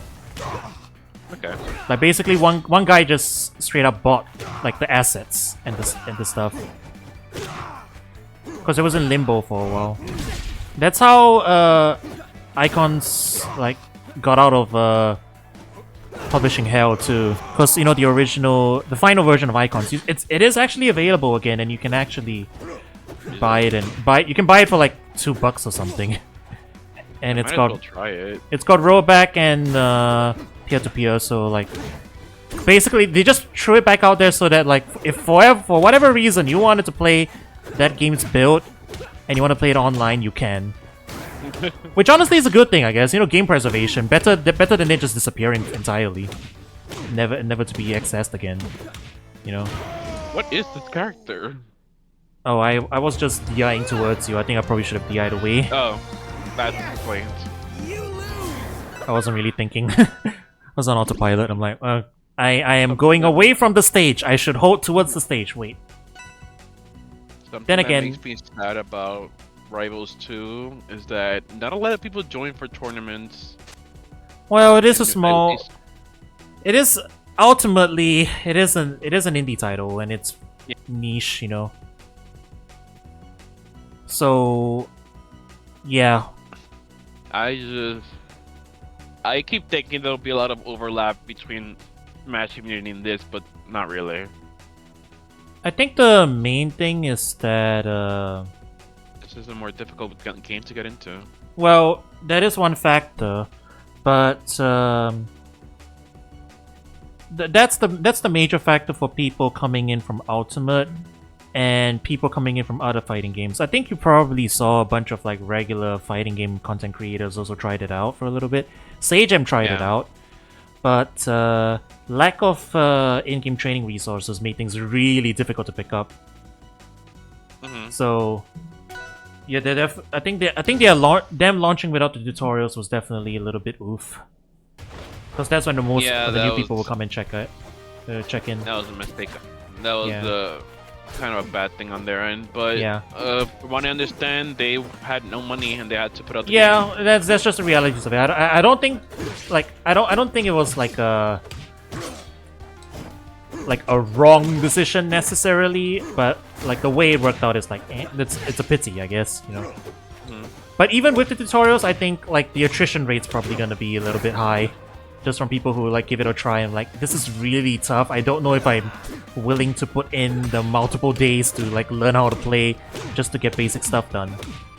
So it's a tall ask, you know, when compared to like, I don't know, you buy...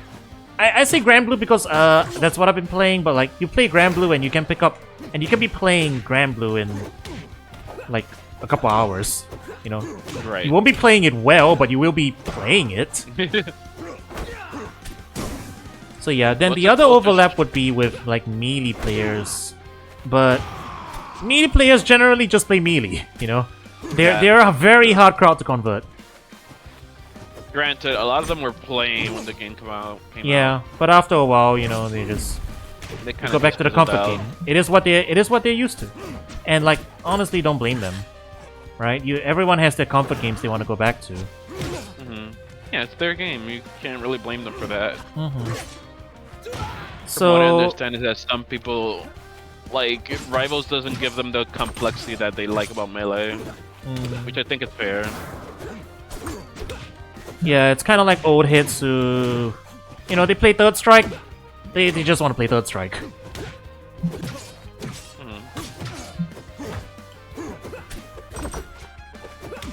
For example, from what I remember, this is a random fact, but shield dropping is difficult in every Smash title.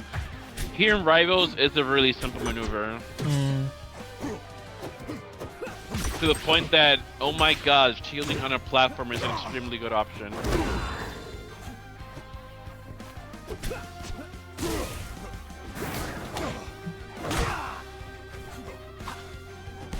That being said, I really like this game, and I'm gonna keep playing it. So there may not be, when it comes to Discord fighters, I guess. Well, like the name suggests, you're probably not gonna get too many in-person tournaments. But there's, if it's got the good netcode, then netplay is probably where it's gonna be, you know. Oh yeah, the other thing I think that's tough about it, it's a PC only game at the moment. It's not out on consoles. So I think For- the console release is really important right now. Yeah, so like for setups, I guess, just in general. Most places they'll have like consoles there, but I guess unless they have a PC setup by default, it's probably logistically a little more tricky to set things up. And then players have to like bring controllers that are compatible with it. Don't most tournaments default to PC setups? A platform fighter local? No, I think they mean mostly in have general. Nintendo hardware, right? I mean in general. Like for traditional fighters, maybe. Even then, I think most of them is like it's probably 50-50 between PC or PS5. But with like if you're going to a Smash local, it's probably all Switches and maybe Wii's if they have media Yeah. going on. Absolutely. If you want to run Rivals 2, you gotta bring like a laptop.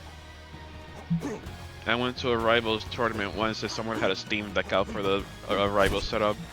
Yeah, like that would make sense, I guess. But then the crossover there will also be tricky because if the local players are there and they only have like their Pro-Cons or their GameCube controllers that only connect to the Nintendo hardware, then they can't really go onto the PC and play. They'll have to borrow a controller, right? Yeah. So I mean, still connected to their Pro Controller with USB and USB. yeah, but you have to like configure it.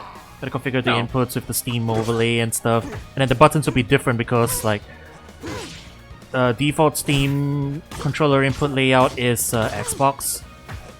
Yeah. So you can change it, but then you can change it so that it's the Pro controller, but then the in-game prompts will be mixed up because it'll still be showing those. Oh no, you can fix that. I have it set up so it shows the proper inputs. But yeah, but it does take a bit of setup, right? From what I remember, If like you don't have that set up already, then yes. yeah. So that's the logistics side of things, I guess. Speaking as someone who has TO'd for like some stuff, the mixture of hardware and setting up on PC, because we ran Rivals 1 at a couple of Smash 4 tournaments back in the day. Sign-ups are also not high there because of like the setup complexity. Trying to get everything working on a laptop and stuff, and people didn't want to borrow controllers. So even the small subset, yeah. So even the small subset of people who were interested in it, there's like high entry barrier there. So that's the tricky stuff about it, I guess. If it was straight up on Switch, like Rivals 1 on Switch, it'll make things a lot easier to set up, I guess. If you wanted to get that Yeah. crowd. If you have Ultimate, you probably have Rivals 2 on your Switch. Yeah, so it's things like that, I guess, that affects the in-game, in-person tournaments. So I don't think it's purely lack of interest. I think there's logistics problems that have to be handled. That's just the nature of things, you know. In-person events always gonna be trickier to organize. I'm no TO, so I should probably understand that better. Still here. Yeah. Especially for smaller events. So what usually happens for those kind of things is that like we show up for bigger events as a side event. And then that's where usually the biggest offline events happen. Kind of like you know, at CEO or Frosty Faustings, that kind of stuff. Since a lot of people are gathering anyway, then they host side tournaments for like the smaller fighters, and that's when you get the biggest turnouts for smaller events. Right. But for weeklies, yeah, unless you wanted the big games, weeklies in a physical location probably a lot harder to run.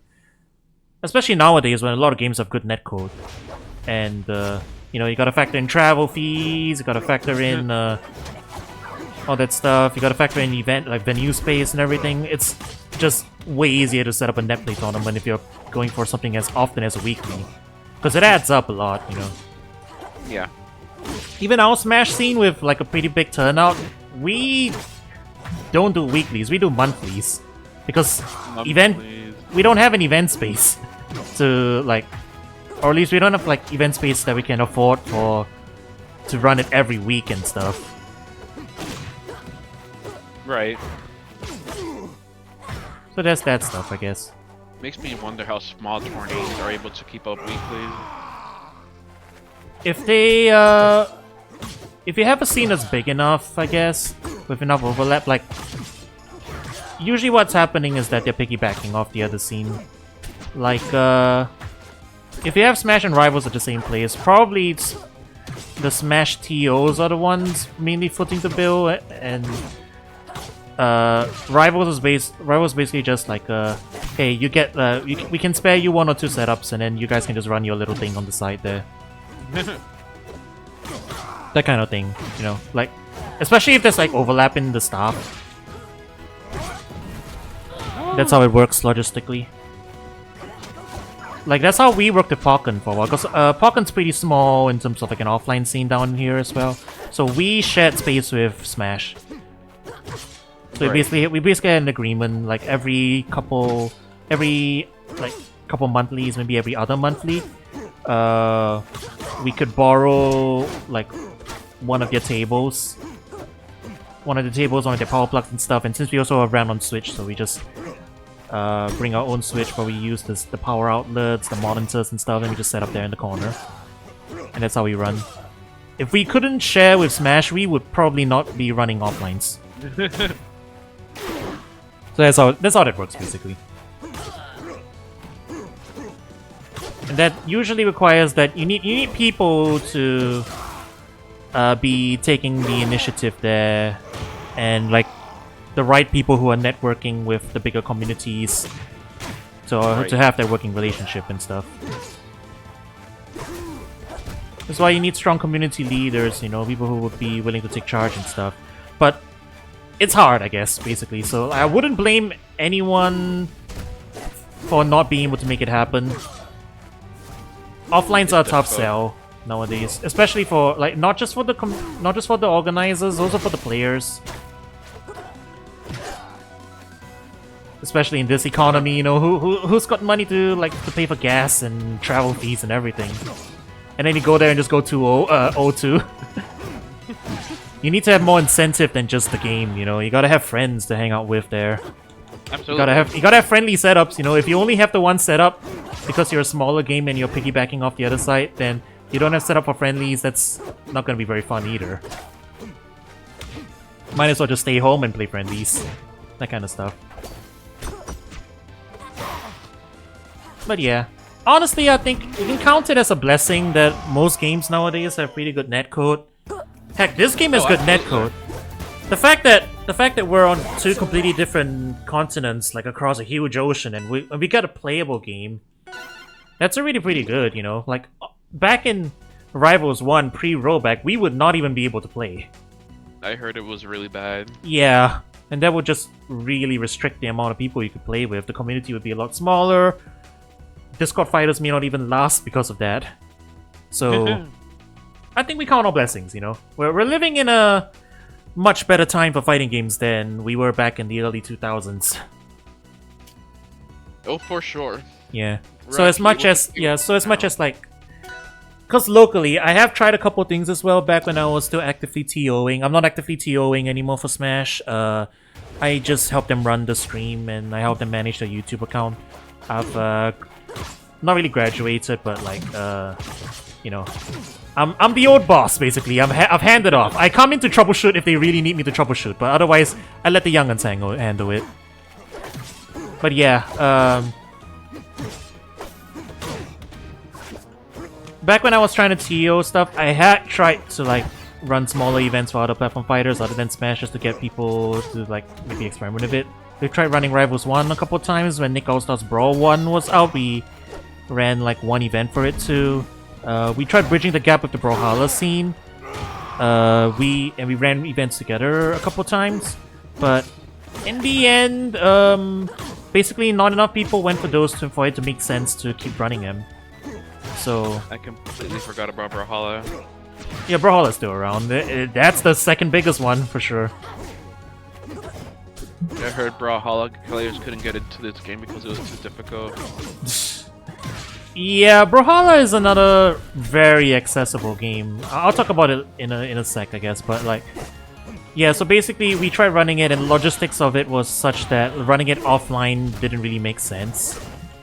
not for lack of trying. There were players who were interested in the game and were passionate. There were people willing to run the tournaments, but like we've got only so much space in the event venue. You know, only so many power plugs, only so many monitors. So it didn't quite make sense there. So we gave it a try, but you know. And I don't think it was like necessarily like people being unwilling to play the game offline and stuff. It's just you know, that's just how it worked out. So I think as Rivals 2 like exits its initial launch honeymoon phase, it might get a little quieter. Offline events might be a little harder to run, except at like bigger events, like dedicated Rivals events. Like, Rivals 2 is probably always gonna show up at SmashCon. Oh, Probably for the sure. biggest Smash events. They'll be running there. There will be offline events. But I don't really foresee it having like a weekly event presence. Because that's a tall ask, I guess. Like in offlines. Yeah. I guess that's what happens to indie games. Yeah, and not even just indie games, even big, like, major title releases. Like, before Guilty Gear Strive, I think most ArcSys games probably didn't really do that either. Like, they didn't have enough people.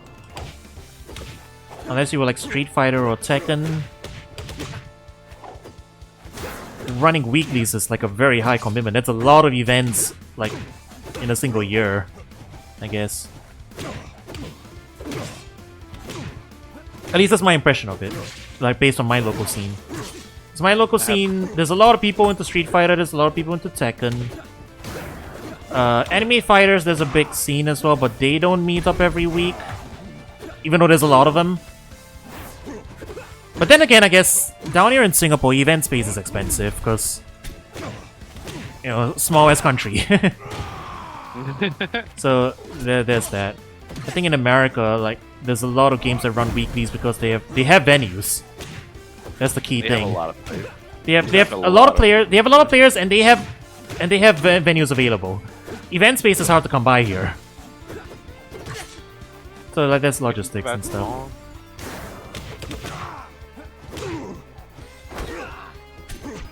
But yeah, I guess if you don't have like the ability to get weeklies going in your area, like offline weeklies, then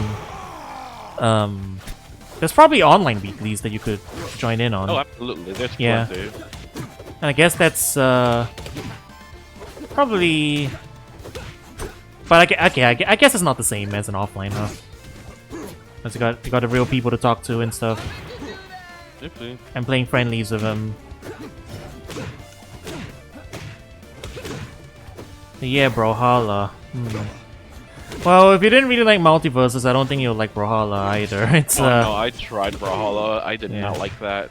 I enjoy most platform fighters on a casual basis. So I play Brawlhalla a lot as well, and I like it for what it is. But I can see why most people, like, not everyone's gonna get into it. It is quite different. But honestly, it being that different at a time when every platform fighter was just trying to be Smash, I think it was actually a good call because that means it has some unique selling points, you know. Right. It could actually give you an answer of like, why would I play this over Smash? Because it's different. Granted, for a lot of people, it's too different from Smash, and I don't like it, so I don't play it, and like that's fair. But I think platform fighters, for it to like really expand the genre, it needs to have more variety. You know, you can't all just do Smash again. I think it's a genre that's kind of hard to work on because it's mostly solved. I wouldn't say that, honestly. Like, I compare it to like back in the 80s and the 90s when Street Fighter 2 was the big hotness, and then everyone just made Street Fighter 2 again, right? And it took a while for the genre to start diversifying. But nowadays we have like Street Fighter coexisting with Guilty Gear, right? And it's not like, so I wouldn't say like Street Fighter 2 was solved and then therefore like no other games could come out.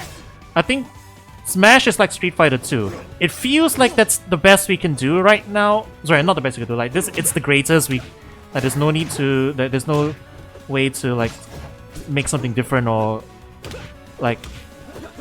Yeah, basically, I don't think it's solved. I think there's room to improve, and people will hit on it eventually with more experimentation. Some people will find enough to find different genres out of it, I guess. And honestly, that's already happened, given Brawlhalla's success.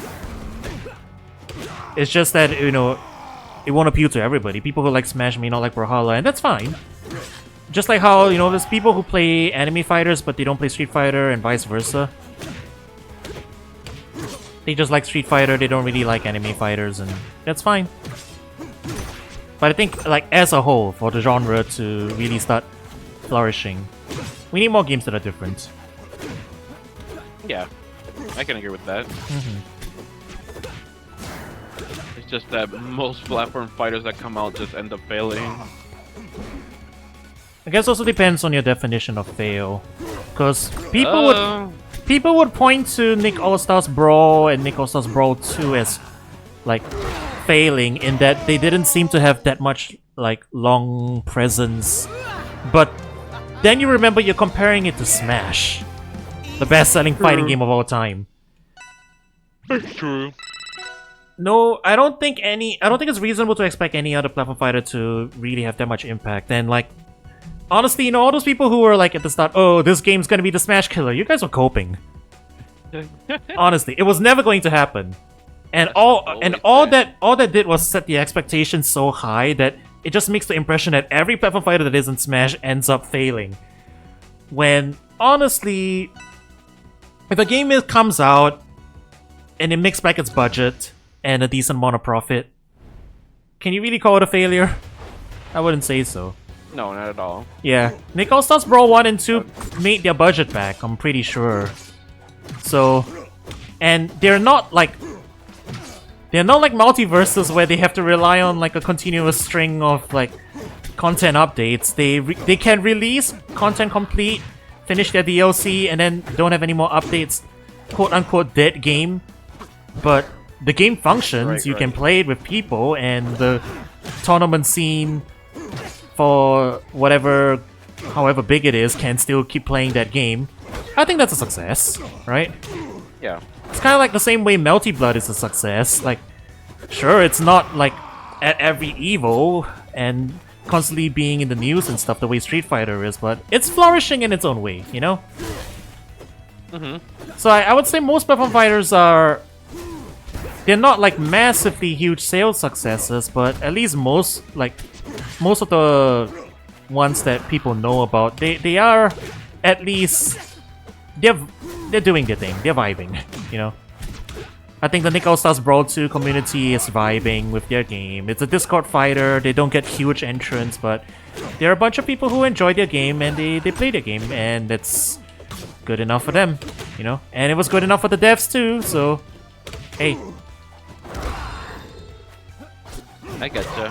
Yeah, and I'd say it's the same for Rivals 2, I guess. Even if Rivals 2 doesn't get huge numbers, it doesn't become the next big platform fighter after Smash.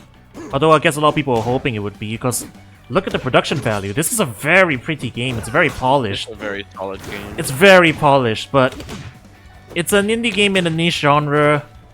I think it can, if it like hits decently high numbers, that's probably more than Dan and Co could ask for. You know, if they're happy with the game, I think that's good enough. You know, like that's gonna be a success by their metric. Absolutely. Yeah. So even if they finish up the DLC, they're done adding cosmetics after it. Like even if they like, okay, 1 year later, okay, that's all. We don't have any more cosmetics to add because we ran out of development budget. But we made a decent profit off that, and we can like work on future projects. I'd say that's a success. Even if the tournament scene doesn't get huge. Although it would be nice if the tournament scene gets huge, you know? Like, nice. Absolutely. Everyone in that community would love if the community gets bigger. But yeah, I guess when you're in the thick of it, when you're like in the community and you're really wanting to see it succeed and hit like maybe half of as much as Smash numbers, it can be a little bit disappointing if it doesn't. So I understand that. I was expecting a comparable amount of entrants. But I guess every now and then it's good to just step back and look at the big picture, you know? Because some people do doom... Some people are pretty doomer about games when... you know, you're never gonna beat Smash, basically. It ain't gonna happen. Smash is Smash.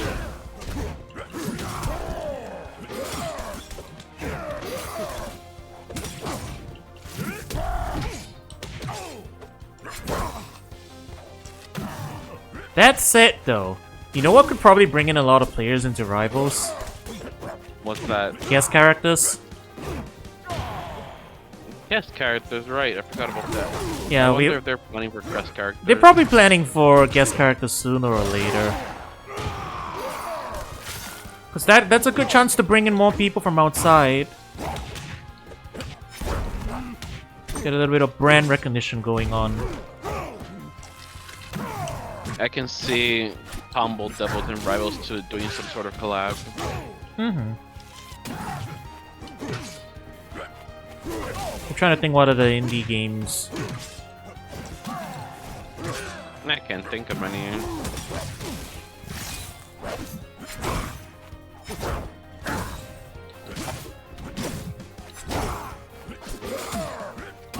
And you know, as much of a meme is, you know what else brought in a lot of people into Rivals 1 now that I think about it? What's that? Workshop. Oh, that, yes. Because that's like, yeah, that's like guest characters, but even more insane. Because now it's just like let the community make all your guest characters for you, and some of them are really good. Like some people are just really talented, and they make some super polished custom characters. And it's very easy to set up, you know, just all through Steam Workshop. Click a button, you've installed it. Wait. Nope. I got completely mixed up, and I thought I was you. I was looking at the top left-hand corner. I'm like, I'm holding right to come back to stage. Wait, what? Battle is over. I'm yapping too much. This is turning into a yap session. Just yapping about platform fighters. Well, this happens all the time. I ended up yapping about platform fighters to Verse the other day too when we were playing multiverses. I guess it just feels like a natural conversation topic because you're playing a platform fighter. And, you know, after a while, you're just getting into the swing of things. You're playing neutral, you're vibing. Give me a sex Toro. Oh. Sure.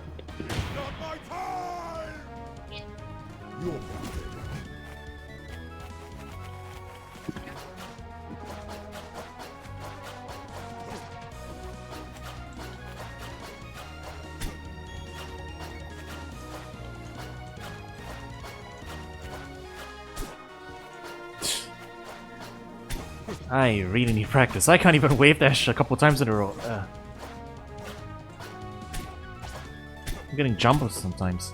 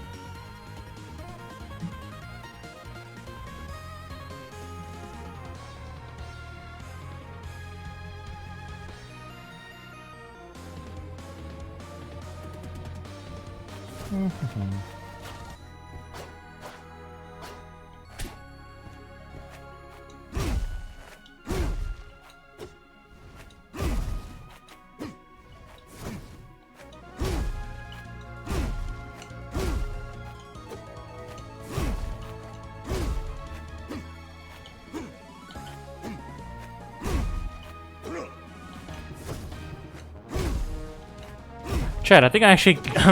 Chad, I'm kind of getting the timing now. Maybe it's just on this character. It feels easier on Loxodon. I'm getting dash tilts now. I am getting dash tilts.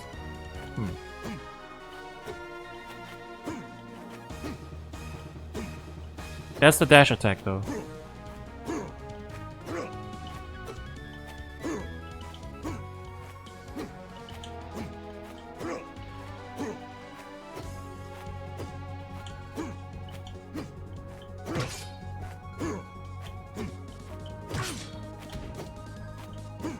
I am kind of getting it. Go figure.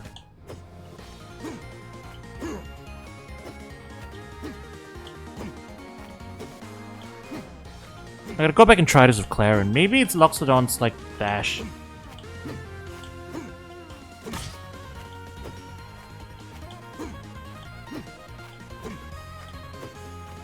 Getting it relatively quickly now.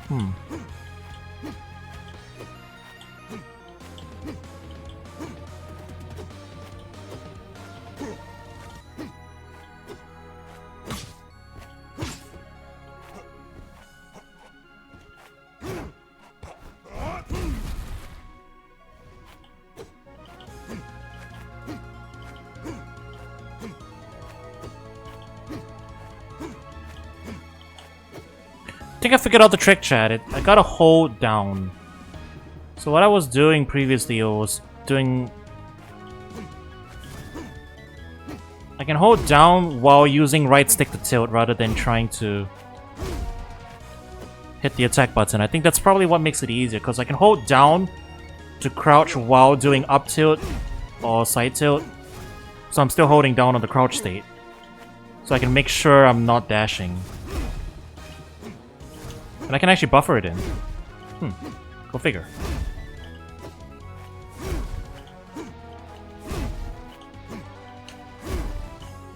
Gotta try this with Clarion after this. Maybe... Was this the thing I was missing all this time?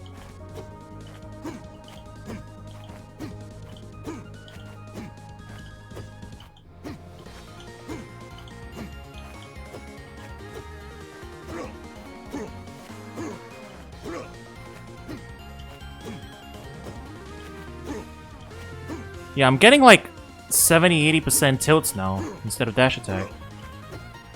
I can microspace.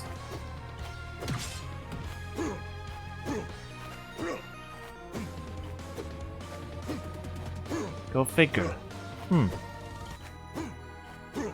It's like something clicked. I mean, I'm still getting them occasionally, but...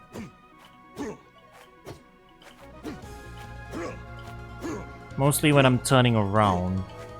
If I'm going in a direction...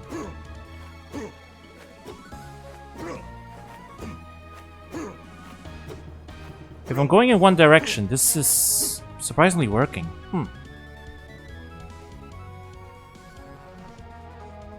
What do you know?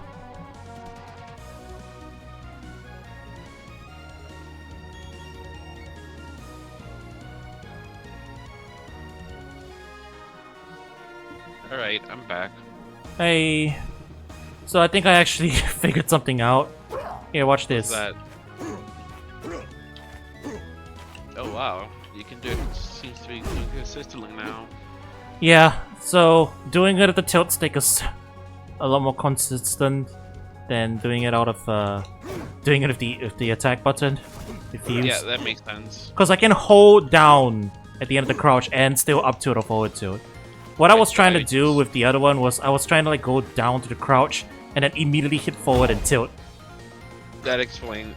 And I couldn't get anything else out of it, so I always kept getting dash attack, I think. I gotta try this with Clarion after this, yeah. Maybe that was the missing piece. Yeah.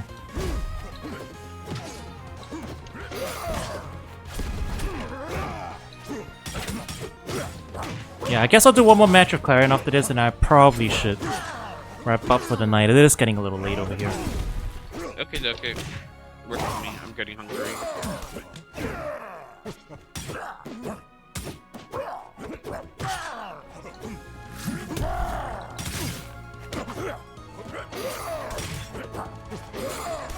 Do you do it with tilt stick yourself? Yeah, I do it on a tilt stick. Makes sense.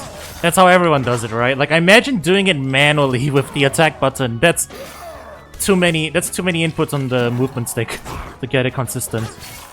I'm gonna assume you would do it on tilt stick.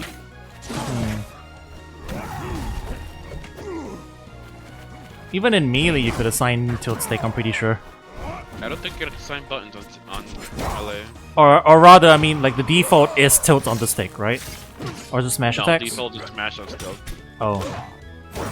Okay, well, old game jank. I should try melee at some point. I'm gonna try. Like, not with people. I should just download the training pack and see how long it takes me to learn to move in that game.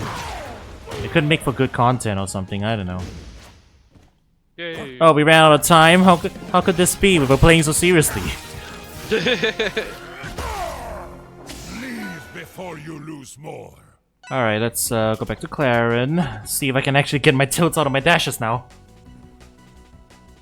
Let's see. 2 hours of general movement and getting back used to the game. Maybe that's all I needed.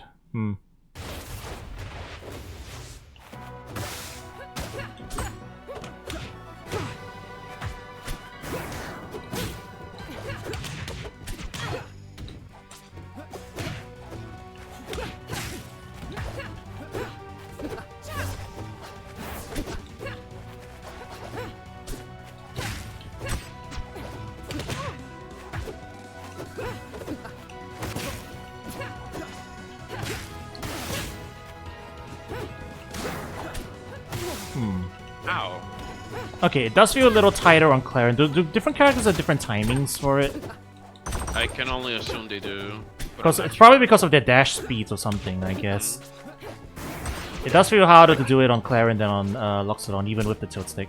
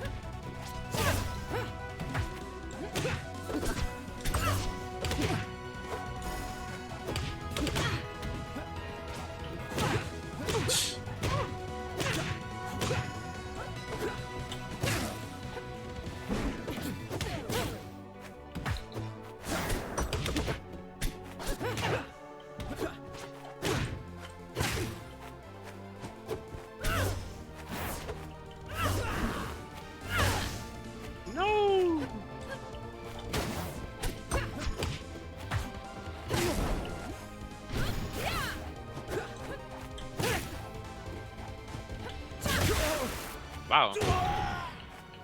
Okay, I'm doing a little better at least.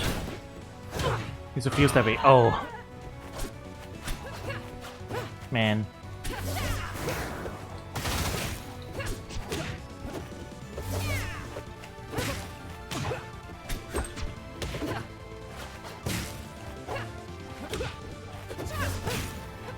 Okay, yeah, it's still not as easy. Loxodon has like a different dash speed, I think. Or Definitely. different dash startup, different something. It's affecting how easy / hard it is to do. Friction and all that.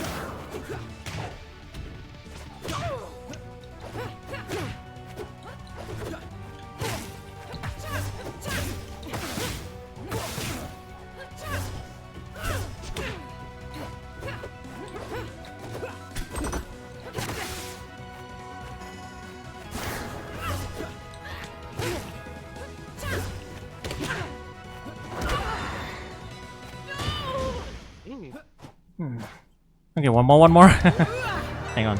Okay. Now that I'm getting back into it, I wanna mess around with this a little more.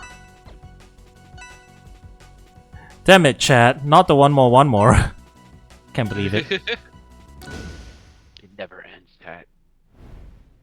No more last one. No more last one.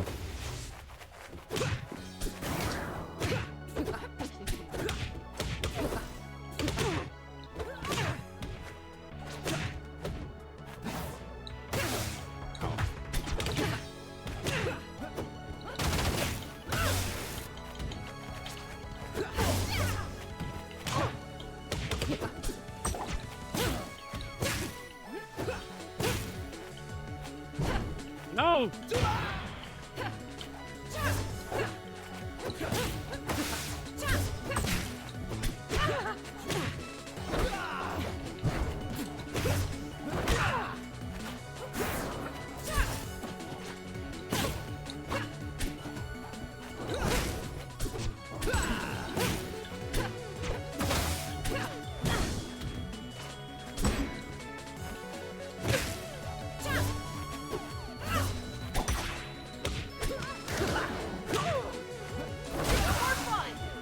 Oh, nice.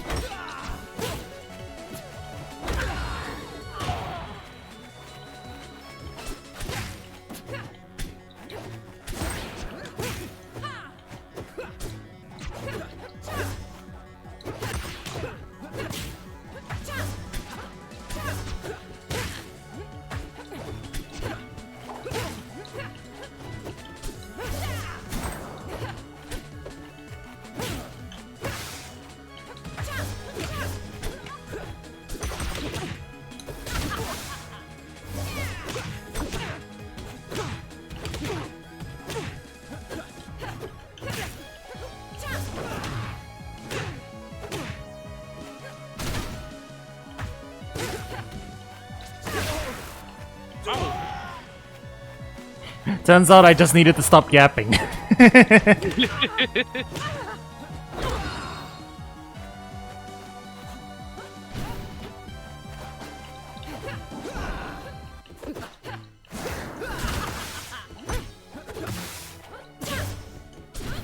Oops. That's a weird direction.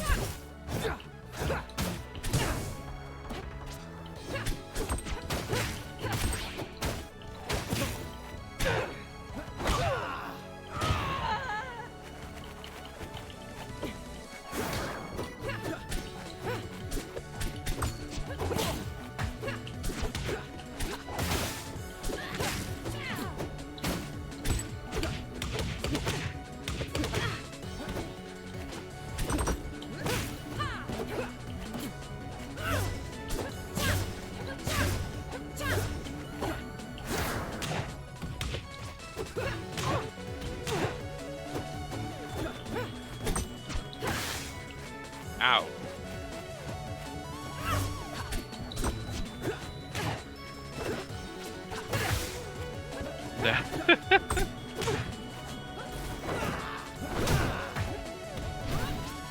Oh, Oh no. I could have made it if I hit the second one, I think.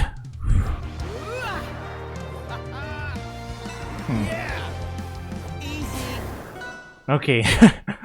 Now that I'm moving properly now, it took me 2.5 hours to warm up, but I'm actually feeling like I'm moving around now. You finally I wanna- did chat. Yeah, I'll do one more. Okay. Last one. I can't sit here forever. We can come back and do another session. But I actually feel like I'm moving properly now, or at least moving a little better now. Right? Yeah, I don't know. see it. You can see it. I just have to lock in and stop. No more podcast mode.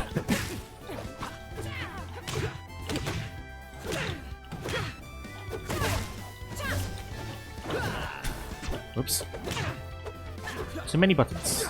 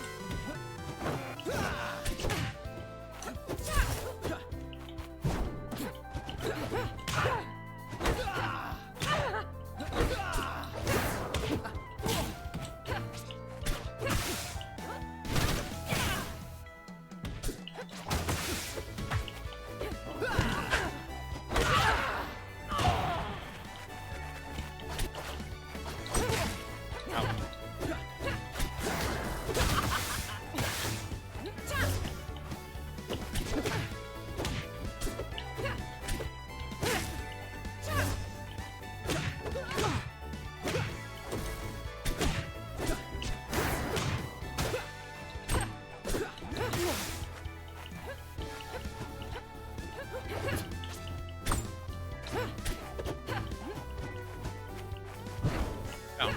Oh. I guess I used all my jumps.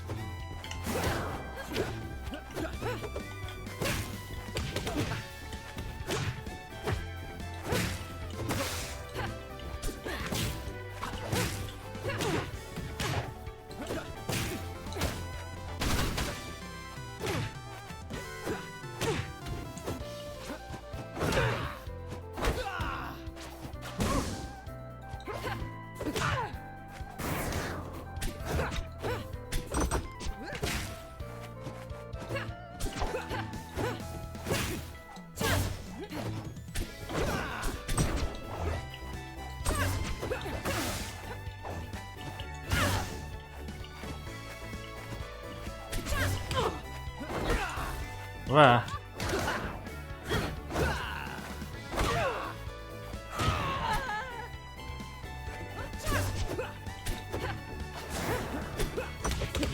Bam, bam.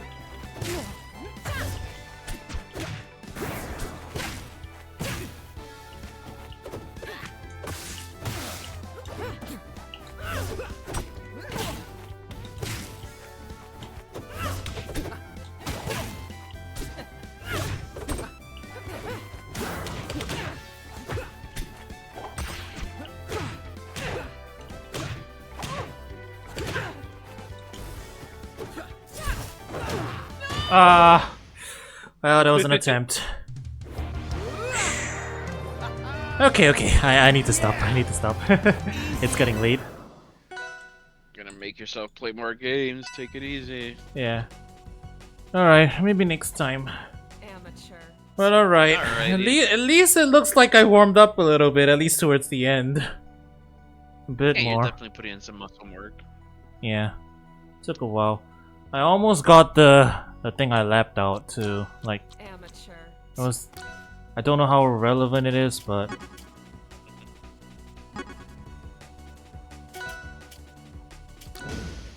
Like, it's this thing. Wait, I don't know. Do you have my stream pulled up? Yeah, have it filled up. Yeah, it's let's see, grab, special, throw, wave dash. Sorry, not that, but like grab, special, forward throw, wave dash into forward smash. Yeah, that one. Oh yeah, that's definitely a real combo. That's a real combo. Yeah. Yeah. I lapped it for a while. The wave dash is the hard part. Definitely lost that muscle memory. Run an F smash. Run up F smash. Amateur. Yes. Well, I had problems with the run-up attack that would get dash attack back then. Wave dash was easier, like more consistent. But yeah, it is what it is. Okay, well, this was fun. I hope you enjoyed yourself. Yeah, I had fun. Alright, I'm gonna call it at that then. Anything you want to say to chat before we go? Thanks for watching stream. Okay, have a good one. Take care.